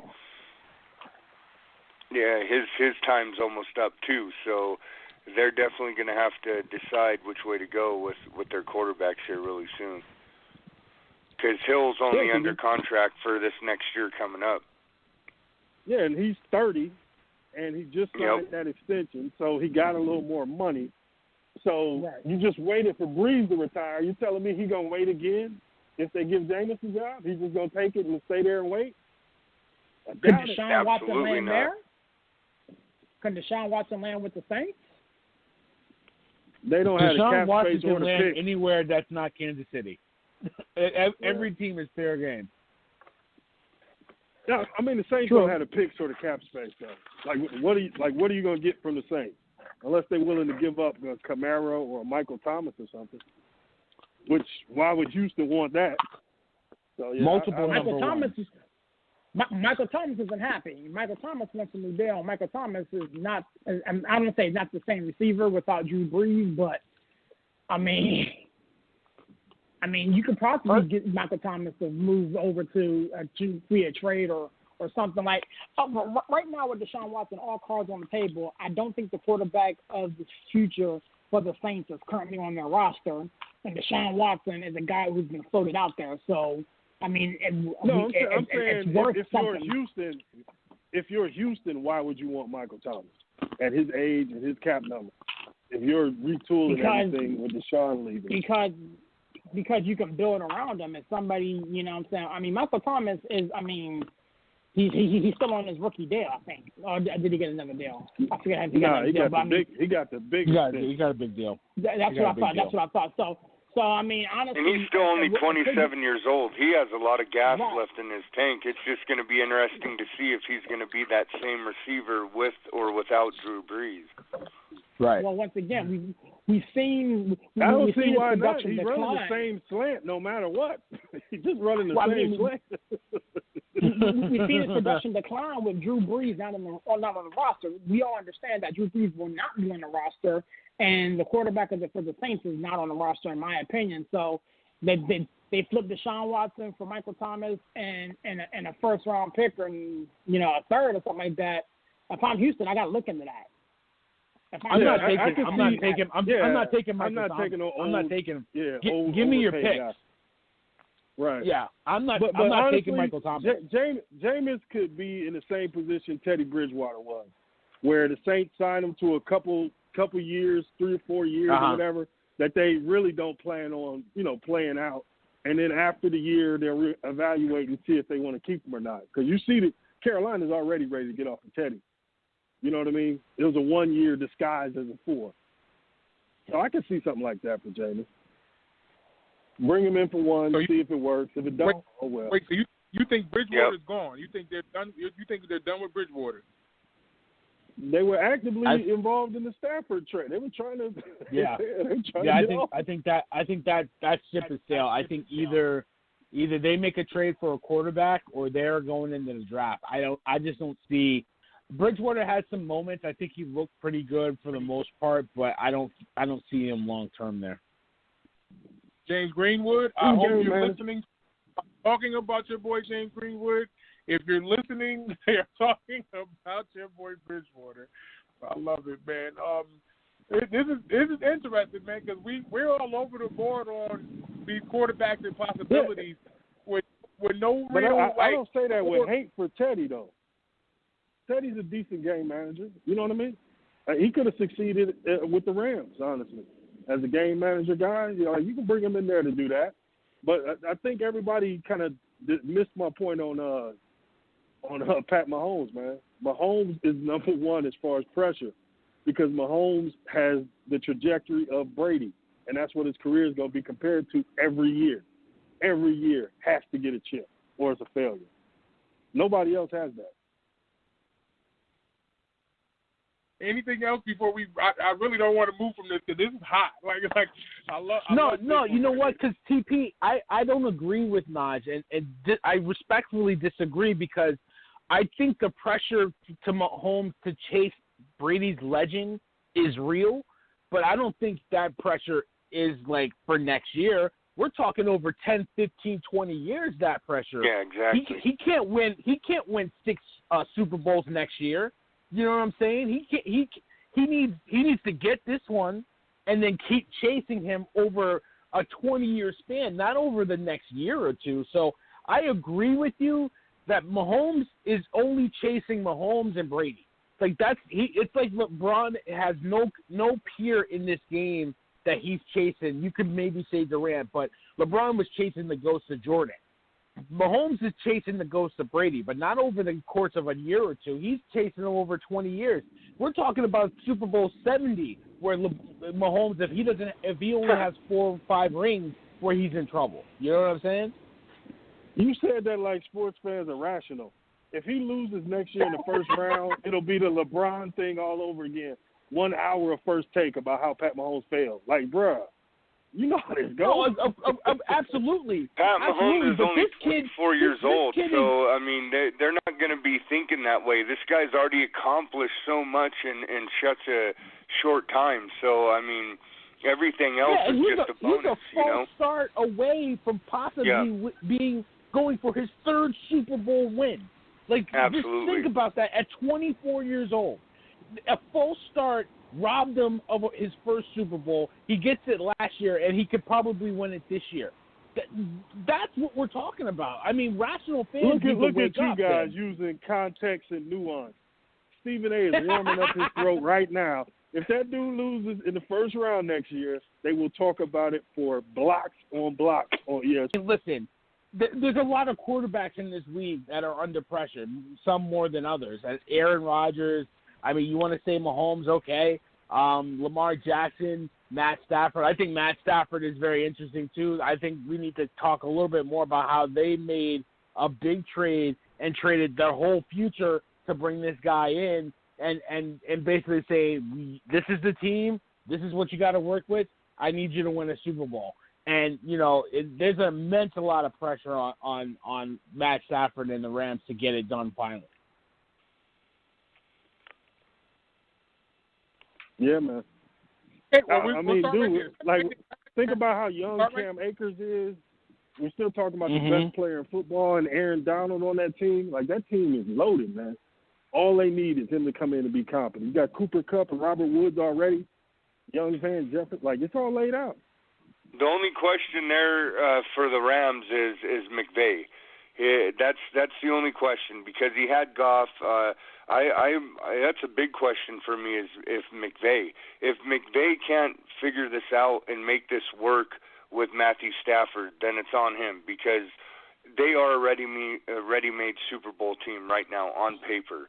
But McVay has to prove that he can coach teams like this. You know, he went to that Super Bowl one time, and it was a questionable. His offensive calling in that whole Super Bowl was questioned. You know what I mean? You have Todd Gurley, who's having an amazing year. You don't play him the whole second half, you know, and he has that defense. And look what the offense did this year. They were all over the place. They were very inconsistent. They should have, been right up there at the end, but their offense couldn't get it done. And bringing in Matt Stafford isn't going to change things if you're not running the offense tailored to your quarterback. Yeah, but if I got a good scheme that gets people open, but I got to have a quarterback who's the number one pick but is still on training wheels, and I got to read coverages for him and tell him what the hot is, like, after a while, it just becomes a problem. And that's why Jared Goff's not there anymore. And that's not fair to Jared Goff. I mean, he led them to. I'm sorry. Exactly. He led them to a Super Bowl, and exactly. Was he the whole problem in LA? Absolutely not. The coaches. McVay was using Jared Goff as the scapegoat. That's why it's going to be really good to see if things will change this year with Matthew Stafford. So, they gave up their whole future. Eric, that's what I mean, because, I'm looking at a defense that played all world against, the Seahawks and company, and then got their doors blown off by the Jets. I mean, exactly. is that Goff's fault? No. That's not fair. That's coaching. True. Todd Gurley's good knees got him to that Super Bowl. I don't know what y'all talking about, this Jared Goff stuff. That was Gurley's good knees. Yeah, but Gurley sat out a good portion of that playoff, too. He wasn't giving it his all in that run right there. He was out. He was giving it his all. His knees got arthritis. It was done. Right, I know. So you can't skip around what Goff was able to manage enough to get there, right or wrong. I mean, granted, we are picking on the fact that the pass interference may have helped. Well, it did help them beat the Saints. Okay, you know well, what here's I'm saying? the thing, gentlemen. The year the Rams went to the Super Bowl, okay, Jared Goff had 4,600 yards, 32 touchdowns, and 12 interceptions. So you're saying he did not have a part in taking them to the Super Bowl? That's a great year for a quarterback right there. He almost had 40. He was 22 yards away from 4,700 yards. So that you can't say that was all Todd Gurley. Jared Goff had a great year that year. And the year before that, he was 28-7. He was 28-7. So, Jared Goff. But you know what? Here's the point to go on. No, hold on, man. Hold on. Go ahead, Knox. If you watch the games and not just read the stats, you would know that not only was Todd Gurley his outlet for catching all of those dump-offs that he threw, look up his average yards per target, and then look up how much they used to run jet sweep to Robert Woods. And also, they had my boy, Concussion Man, the other great receiver from the Patriots and Texans and everywhere else. He had 69 passes that went for 20-plus yards that year. Hold on, man. Just hold on.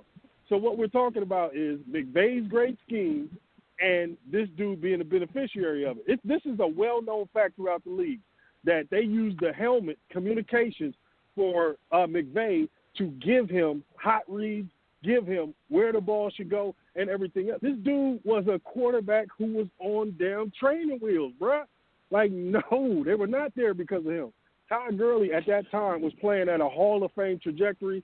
Knees got bad, and everything was over. And now you see the remnants of that. Do we think McVay is stupid that he gives away a franchise quarterback for an older one? Or does he know something? McVay is a young coach, okay? McVay is way overrated, and we're going to see this next year. The Rams aren't going to be as good as you think they are because this guy cannot get it done. He went away from his the first 2 years, he had a good offensive scheme. Well, guess what? He went away from that. And that's why things were declining, and that's why things are so inconsistent the last 2 years on offense for the Rams. And Jared Goff is the scapegoat. And you're going to see it this year because I don't see, Matthew Stafford coming in and being this guy that, people are thinking is going to happen there. On paper, they're a championship team. But on paper, every year the Rams have had a chance to win the Super Bowl. They have the best defense in the league. Defense wins championships. And you had an inconsistent offense that couldn't get it done, couldn't back the play of the defense, and that's what we have here. So you can't blame Jared Goff. It's coaching. You'll see when Jared Goff gets to Detroit. You'll see. And I'm excited for that. I think Jared Goff's got a great new situation there. He's got some great young receivers.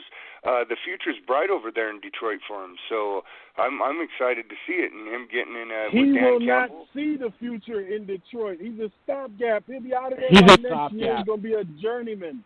Get out of here. He's a stopgap. But listen, I don't buy that McVay's not a good coach. I listen. He got out coached by one of the greatest coaches ever in the Super Bowl. He got pig-headed and stuck to his game plan instead of adjusting, and that was a horrific offensive showing because of the play calling against the Bill Belichick defense that you gave 2 weeks to prepare for that offense, and everything went according to plan. But I'm not signing on the fact that you're saying that McVay is an overrated coach. I don't believe that so for why 1 second. would you in the Super Bowl, when we just stated that Todd Gurley was having a Hall of Fame type caliber season, why would you not use him the whole second half in the Super Bowl? That's terrible coaching in my eyes. He was hurt. That's terrible coaching. He was hurt. What, are you going to use him on one leg? That's not coaching. That's a guy that's hurt and that couldn't suck it up and play. Come on, give me a break. It's hot. It's hot. It's doggone Cookout. I'm telling you. But I don't even know which way to go, because this is like a very good. But I do like one thing that Eric said. Why did he go away from that scheme when it worked? Not in the Super Bowl. Exactly. Belichick figured it all out. Belichick figured it all out and figured out, like, at a certain time that he basically got them, at that stun gun situation. But why wasn't McVay using something that worked? If it isn't broke, don't fix it. So that's interesting in itself. I do want to see how he looks with Stafford, because Stafford can make these throws. But the one thing that bothers me about Stafford is IQ, or trying to always make that deep pass. If it's there for him, we'll see. It's a very intricate offense, and they do like to run the ball, and that's something that Stafford doesn't like. Stafford rather throw the ball more than 45 times a game, and I'm trying to be fair with that number, because if they kept it to 30, it'd be a different game. And hopefully Cam Akers and these guys can tote the ball to make it safer for Stafford. But if they start carrying games into the fourth quarter and the Rams are facing deficits, welcome to the world. Matthew Stafford. That happens a ton of times, and this is something that they said on NFL films. I'd rather go into the game and be losing in the fourth than to be winning all game long. I don't like that at all. Give me a break. Okay. We are and to touch on that, Todd Gurley was not injured. I'm reading right now what happened, and he was splitting time with C.J. Anderson. McVay got away from what Ty just alluded to of his offensive game plan. Gurley was upset for not getting touches in the second half of the game. So there was no injury going on there. That was purely McVay trying to get cute. Yeah, everybody knows that he was. Everybody knows he was banged up. No, there wasn't. Everybody knows he was banged up. He said there was no excuse for him not getting the ball. I'm reading it right now. His words in the mouth. Said it comes down to 11 players. They were trying to protect him, to and get then a he's lot out more of carries. the team. So. No, they were trying to protect him. Everybody knows he was banged up. Come on. Yeah, but when you're in a Super Bowl, this is a for all the marbles. What are we trying to protect people not here? On the team like we anymore, just talked Eric. about last night, gentlemen.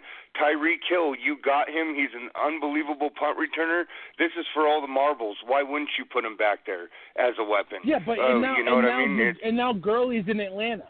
So, I mean, obviously there was something more to it that we don't know. Thing. So and Gurley got run out of town because of McVay. They couldn't get along. So Gurley was set up in there. He was having great seasons, and they traded him. Another scapegoat for McVay. I don't buy it. I don't buy it. There was something more than that. No, yeah, him and not getting along with McVay. It's that simple. Listen, I'm not saying McVay is blameless. McVay is he used golf as a scapegoat. We know that. Knees. I wasn't joking. He's gotten worse and worse. His offensive schemes have gotten worse and worse each year. And ever since those first 2 years that he came to town, it's on the decline. Has got worse and worse.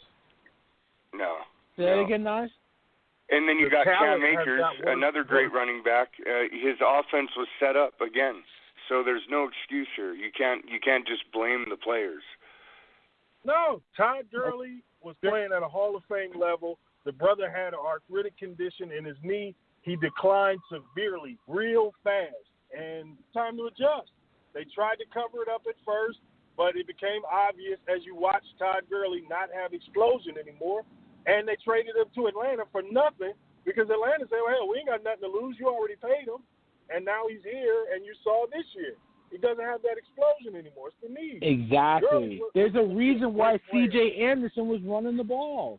Because Gurley was finished.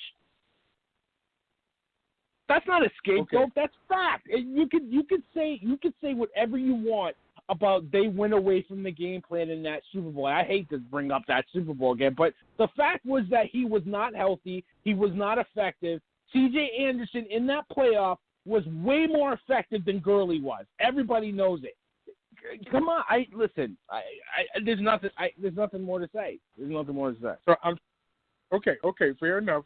We are nearing the end of the show, right? We have 8 minutes to close the show out. Now, we have a Sports City chat that goes on daily, and we update each other here and there. Well, not even here and there. We update each other as much as possible.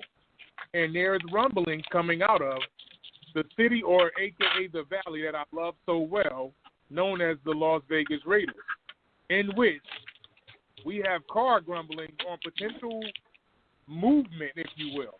I want to see how you guys feel about the Raiders potentially moving Carr. Is it time for him to go, or do him and Gruden give it one more year to get out there? Whoever's out there making the noise, please hold on. You're almost out of here. Sirius, I'll start with you first. Your thoughts on the grumbling coming out of the Raiders camp? Gentlemen, I think there is some rumblings, but I don't think it's for Derek Carr, honestly. I think Marcus Mariota might be the guy that gets moved or something like that. Keep in mind, I live out here in the Metro, and according to what I'm understanding, the Washington football team were heavy players in the Matthew Stafford deal. But according to what just came out, I think it was today, Matthew Stafford didn't want to go anywhere but to the Rams and Sean McVay. So that's where he wanted to go. Those that were close to him and his agency and representation knew that, so that's what took place. But I do think that there's going to be something going on with Oakland. Maybe Derek Carr gets moved. Maybe, once again, we're going to keep floating Deshaun Watson's name out there until he lands somewhere. But maybe, the Raiders swing for the fence and go get that guy. But I do think Marcus Mariota is going to be on the move, and I won't be surprised if Derek Carr's name is floated out there as well, and he may be on the move as well. I think this is the guy who needs to change the scenery. I think this is the guy who is really Dr. Jekyll and Mr. Hyde, so to speak. And, some days he plays exceptionally well, some days he doesn't. The consistency issue has always been what it's been for me with Derek Carr and Marcus Mariota and those quarterbacks that John Gruden has. So I think both quarterbacks, if not one of them, are definitely going to be on the move this offseason. Okay, Barry, your thoughts on the potential situation that the Raiders present with the quarterback position? Yeah, I mean, why wouldn't everybody be on Deshaun Watson? And I'm surprised Carr's still in a Las Vegas Raiders uniform. It didn't seem like it was meshing too much. I think he had a good year this year, but I mean, it always looked like Carr kind of inherited him and always wanted his own guy in there, which I don't know. I mean, he's never really had his own quarterback that he's kind of groomed, going back to when he first was with the Raiders and then when he was with Tampa Bay. So, if anything, Carr, Mariota, whoever you need to get rid of to get Deshaun Watson, that's who you need to get. So, these rumors won't stop until Watson is traded. And every team, like I said, every team but the Chiefs should be in on Deshaun Watson, and that's just super fact. Okay, Nod, your thoughts on the potential situation that the Raiders are presenting with the quarterback position, if they're able to bring somebody else in new, if Carr's on the go, do they work as a system and wait for Carr to mess up again and then get rid of him? Your thoughts?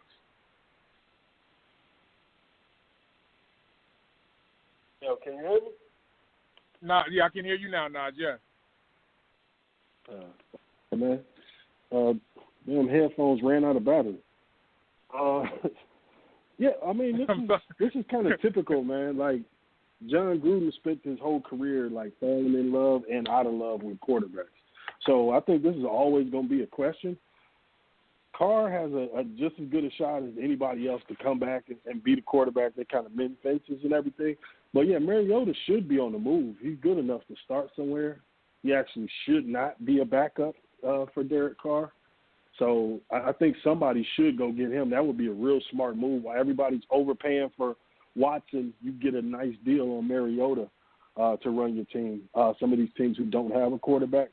But, yeah, trying to guess this stuff with Gruden, man, ain't no way to guess, dude. This is who he's always been. Remember in Tampa where he was just running through quarterbacks one after the other?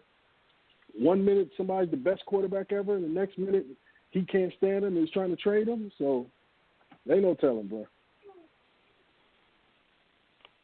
Eric, your thoughts? Does Carr remain there? Do they bring somebody else new? I mean, I'm trying to look back at what I was told. Because there were it was a handful of teams that we had mentioned that were involved in it, and I know that we wanted to bring this up today. But your thoughts on the potential of what the Raiders are presenting at the quarterback position? Yeah, Matt Ryan would be fun to see in a Raider uniform. Maybe they go that route.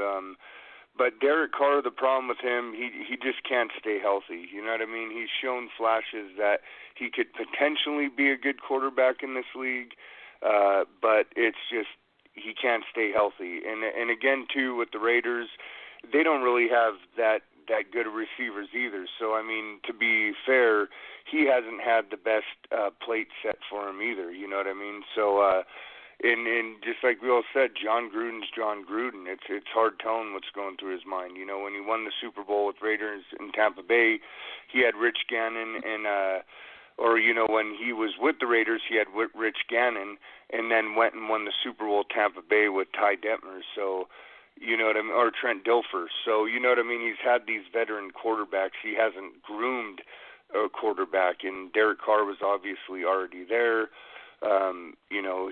He's the face of the franchise supposedly, but he can't stay healthy. So, Matt Ryan is a question. Deshaun Watson, obviously. So they do have some options, but I don't. You know what I mean? I think they give Carr one more year, see if he could stay healthy, work on bringing in some weapons that he can work with, and then see what happens, But, it's interesting to see what's going to happen with the Raiders. Okay. Serious, did I get you on this? Or I think I did get serious on this. Yes or no? Yeah, I started it. Okay. Fair enough, and I'm glad I got Sirius out of the way because I got breaking news for Sirius, and it happened in Oklahoma City. In Oklahoma City, Thunder beat them by 17 tonight. 104. You got to get that. What a clown! What a clown! No. You slow down because you always taking his side. You know what? I be chilling when my boys take his boys' heads off, and you know what he do? He go ahead and get a LeBron meme and got Bron throwing up threes and zeros after they beat us. Well, now, in the words of Big Pun on the Yeah Boy album, I'm laughing at you now. So I'm chilling off of that one. I'm feeling some type of way, doggone it. And if you don't like it, sue me. So that's fair enough how that goes. I don't know. Nas, I don't know if you will be around Sunday, right? But you probably will be the only one that won't be around Sunday. So on the Super Bowl, how this goes down and who you like? Yeah, I mean, I'll do the early. Even though you should not listen to me on this. You should go the exact opposite way. Listen, if you come Sunday, then I'll leave you alone. Are you going to come Sunday? Hey, I don't know, man. It depends, man. I'm gonna be trying to get everything in. You know how I go, man. It's gonna be. I know. Crazy. That's why I gotta beat you up right now. I gotta beat you up. I gotta. So you could cry if you want to, but I'm sorry this has to happen to you. All right. Well, I'm gonna throw this prediction out there because I always go with the underdog because y'all know why. That's where the money is. Let me go with the Tampa Bay defense coming up with two key turnovers and winning this game 24-20, low-scoring affair, shocker. Shock the world, cash in your betting slips. Let's go 24-20 Tampa. Really? In a low-scoring event, so they're shutting Mahomes and them down? Woo-wee. Really? Hey. News. Listen to this. Wait, hold on. Before you keep going. News out of Kansas City, and this is serious, people. The Kansas City chief barber tested positive with cutting these guys' heads. So I wonder how many people he contacted, right? Because then it would be contact tracing, if I'm not mistaken. No, so they cut him off mid-cut. They cut him off. So one of the defenders' heads. He got two cuts, and the two people that he cut, whatever, or in the protocol, the other ones that were in line didn't get in contact with him. So according to what I was just reading, Mahomes was next. Jumped on. Mahomes was next. Yeah. So I might have to drive down to Tampa and get my clippers to go line them up a little bit there. So make sure he's clean. Hold on. Knowing what we know about the NFL, Mahomes did get in that chair and catch it. You think he'd have a positive test and miss this game? Like, does anybody believe that? No, there's no way. Oh, so wait, no. Now, I'm glad you went there because I'm glad I get to cook this. So this is what the NFL was saying before this all came out. They were saying if anybody caught the COVID, they could not play regardless, right? I was saying picture if Brady or let me say it that way, or Mahomes got the COVID, they would stop the game. They would stop the game. I feel like they would stop the Super Bowl if one of them caught COVID. They would play, and they would throw that test in the trash and do it until they got a positive. Right. I'm like, it is too much money on the line for them to be sitting Brady or Mahomes out. They got to let this go down. They probably would put plastic around these dudes and be like, yo, you got to go. Like, you got to go. Like, no Gatorade for you, something like I don't see how they would continue trying to rock this game without these two, knowing there's so much hype around this situation. Like it's bad that Mahomes was next and he got to go down there scruffy. So, however, and I'm hearing that Kansas City won't be in Tampa until Saturday. So that's crazy in itself that they're going to arrive the day before like it's a regular season game. But it's just this aura of the world of how we're dealing with COVID right now. So, excellent. Yeah, smart. You don't want to be around Florida man and Florida woman when there's a championship around. Go in there as late as possible, treat it like a regular season game. I'm with them on that. Right. No, I agree. Are there any other topics that you guys would like to address before we get out of here?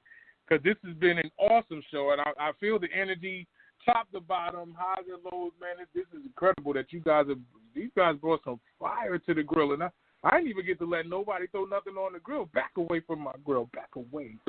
Anything else, though, before we start getting these closeouts from each of you? Nah, I'm good. Serious. Montana's not the GOAT. Brady's the GOAT. Don't start with me. Don't start with me. You know I love your brother. Fact. Nah. Here go the crazy part, Nas. Sirius tried to carry that and tag everybody in Sports City. Yo, Sirius' whole community was like, knock it off. Cut it out. Like you out of your mind. Like, I loved it because he emphasized one of us, and I just wanted to put the Michael Jackson with the popcorn just to look at the comments come at him like, boy, this funny. And he come in the kitchen and throw that mess. I'm Team Sirius on that one. So y'all going to let this old man throw 3 interceptions and look terrible in the NFC Championship game, and then y'all going to vault him over Joe, who was perfect in the – hey, man, go on, man. Hey, ain't doing it. I'm with Sirius. Look. Nah, you were doing so good up until that point. You got another 10 Super Bowl appearances. Right. Soon to be 7 wins in the Super Bowl. Do y'all think this is basketball? Like, what? This is football, man. All right, I'm done. I ain't doing it. Y'all not getting me into this argument. I'm with Sirius, though. You did it. No, we ain't got enough time. We could debate it after the Super Bowl next week. Well, come back to the show, Nas, and we can debate it because now Sirius got a tag partner. Road Warrior got Hawk, so the Legion of Doom is here. But guess what? The Rock and Roll Express about to take you out of town because there ain't no damn way that you're gonna tell me that Tom Brady ain't the GOAT. So how much of the prisoner moment are y'all? So if he plays terribly and they lose, then he's not the GOAT. But if they pull off a win, if he shows up to the game, he's still the GOAT. If he shows up to the game, if he misses the game, he's still the GOAT. Man. All right, man. Y'all got Love it. you guys. Wait. Okay, so let me get plugs and closeouts from each of you. You got the incredible energy today. I love it. I can't even be mad at you. I'll start with you first, Nas, since you coming in here feeling some type of doggone way. Give me a plug, closeout, shout out, anything that you like to promote as we shut the doors and close the lid on the grill here in Sports City. Yeah, man, let's hurry up and get rid of this NFL season so we can really get into this NBA, get football over with. I made my pick based on a reverse jinx. I'm trying to put all the bad luck on TB12 and get him up out of here. I want to see him go out like Drew Brees did last week. Look at Fabian sick like Larry Holmes. I'm trying to get that dude up out of here. So, yes, that was a reverse jinx pick. Good luck, Tommy. Wow, these people are bad, yo. I'm not playing, man. Listen, I don't know what to say, Sports City. I'm trying, man. Trying to get these people to be honest, but this is what you get, man. What you see is what you get. All right, Serious, I need a plug, closeout, shout out, anything that you like to promote as we shut the lid here on the Cookout. Yeah, great show, gentlemen. As always, it's been a pleasure. Tom Brady will get his 7th Super Bowl trophy this weekend, and there'll be no debate. He is the GOAT, with or without it. And check us out tomorrow, the Crossover Cafe, SportsCityChefs.com, and Power 103 Radio. We're coming. This is beautiful. I love the fact that I don't have to do the work. This is great. This is great. All right, Serious, if you are there, I need a plug, closeout, shout out, anything that you like to promote as we shut the lid here at the Cookout on Sports City Chefs. Yo, man, it's your boy Sears up in that 412 and the 703, man. Once again, such a tremendous pleasure and an honor to be here with you guys on Sports City Chefs Network. Shout out to Power 103 and those affiliates who are rocking with us, man, and, helping us, live our dreams and, do what we do, man. This is regular all day, every day here in the kitchen, man, whether we on live air or in text messages. This is what we do on a regular basis. So pull up a chair, man, grab a dish, grab a fork, and come on, join us, man. We love to eat around here. But, man, definitely check us out, man, www.sportscitychef.com. We got the blogs. We got interviews. My man Villain mentioned the merch yesterday, so we doing T-shirts and hoodies and cups, and Valentine's Day is coming up next week, man. Get your boo thing a hoodie, man. That'd be what's up, man. She'll love you a long time with that. She'll love you a long time with that. With that being said, man, your boy Serious is gone. Gotta be easy, man. This is incredible. I don't even have to put the plugs in. I don't got to put the promos in. These dudes doing a lot of work for the boy, the kid. TP get to chill. Barry, you already know what to do, man. Set this thing down as we get another show in the books. Be it syndicated, dog. Yeah, I mean, shout out to Power 105, 103. I mean, listen, we doing big things. Like Sirius said, man. Look, I agree with you, man. I'm gonna get my boo a Sports City shirt. I mean, she makes the shirts, but I mean, ShyazCreations.com. I got to give her a little plug. She's the one that's selling the shirts. So go get your boo thing, a Sports City shirt. We got the merch coming. The website is always popping. New content always going up there. Eric and Sirius are blogging with the Villain. So make sure you get a plate of that little dish, something to hold you over while we got these shows on all week. We got shows coming every day. We got the Crossover Cafe tomorrow. Roundtable's back. The brunch. We got more shows down the pipe. We just doing big things, man. Listen, we are blessed. We love to have fun. I love you boys. Serious, Eric, my man. I love getting into it with you. I'm glad we did it. Now we good. We back in the building. And we ready to rock next week. So I'll see you guys next week. Villain, I'm out. So we have the Crossover Cafe tomorrow. We have the brunch on Sunday where you'll get all of our picks. And I think another Crossover Cafe is back in order. We will be talking about that potentially coming soon. So stay tuned to that. We have that on the way. We have potential other shows if you have a liking for golf or hockey. We have that coming. We also have college sports coming too. Sports City, we are back in order in this building. I'm feeling some type of way. So tell a friend that it's the chefs again. And if they don't know, now they know. Sports City, Chefs. Sports City,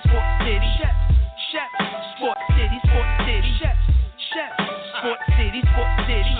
Kaboom, Sports City chefs is in the room, cooking up hot topics to put up on your spoon. They well in tune, bloom like a flower in June. Superman verse MF Doom, the clouds loom. So tell a friend it's the Sports City chefs again. Pay attention, tune in, we on the set again. Sports City, chefs, chefs. Sports City, chefs, chefs. Yeah. Cabby, Taj. Connecticut.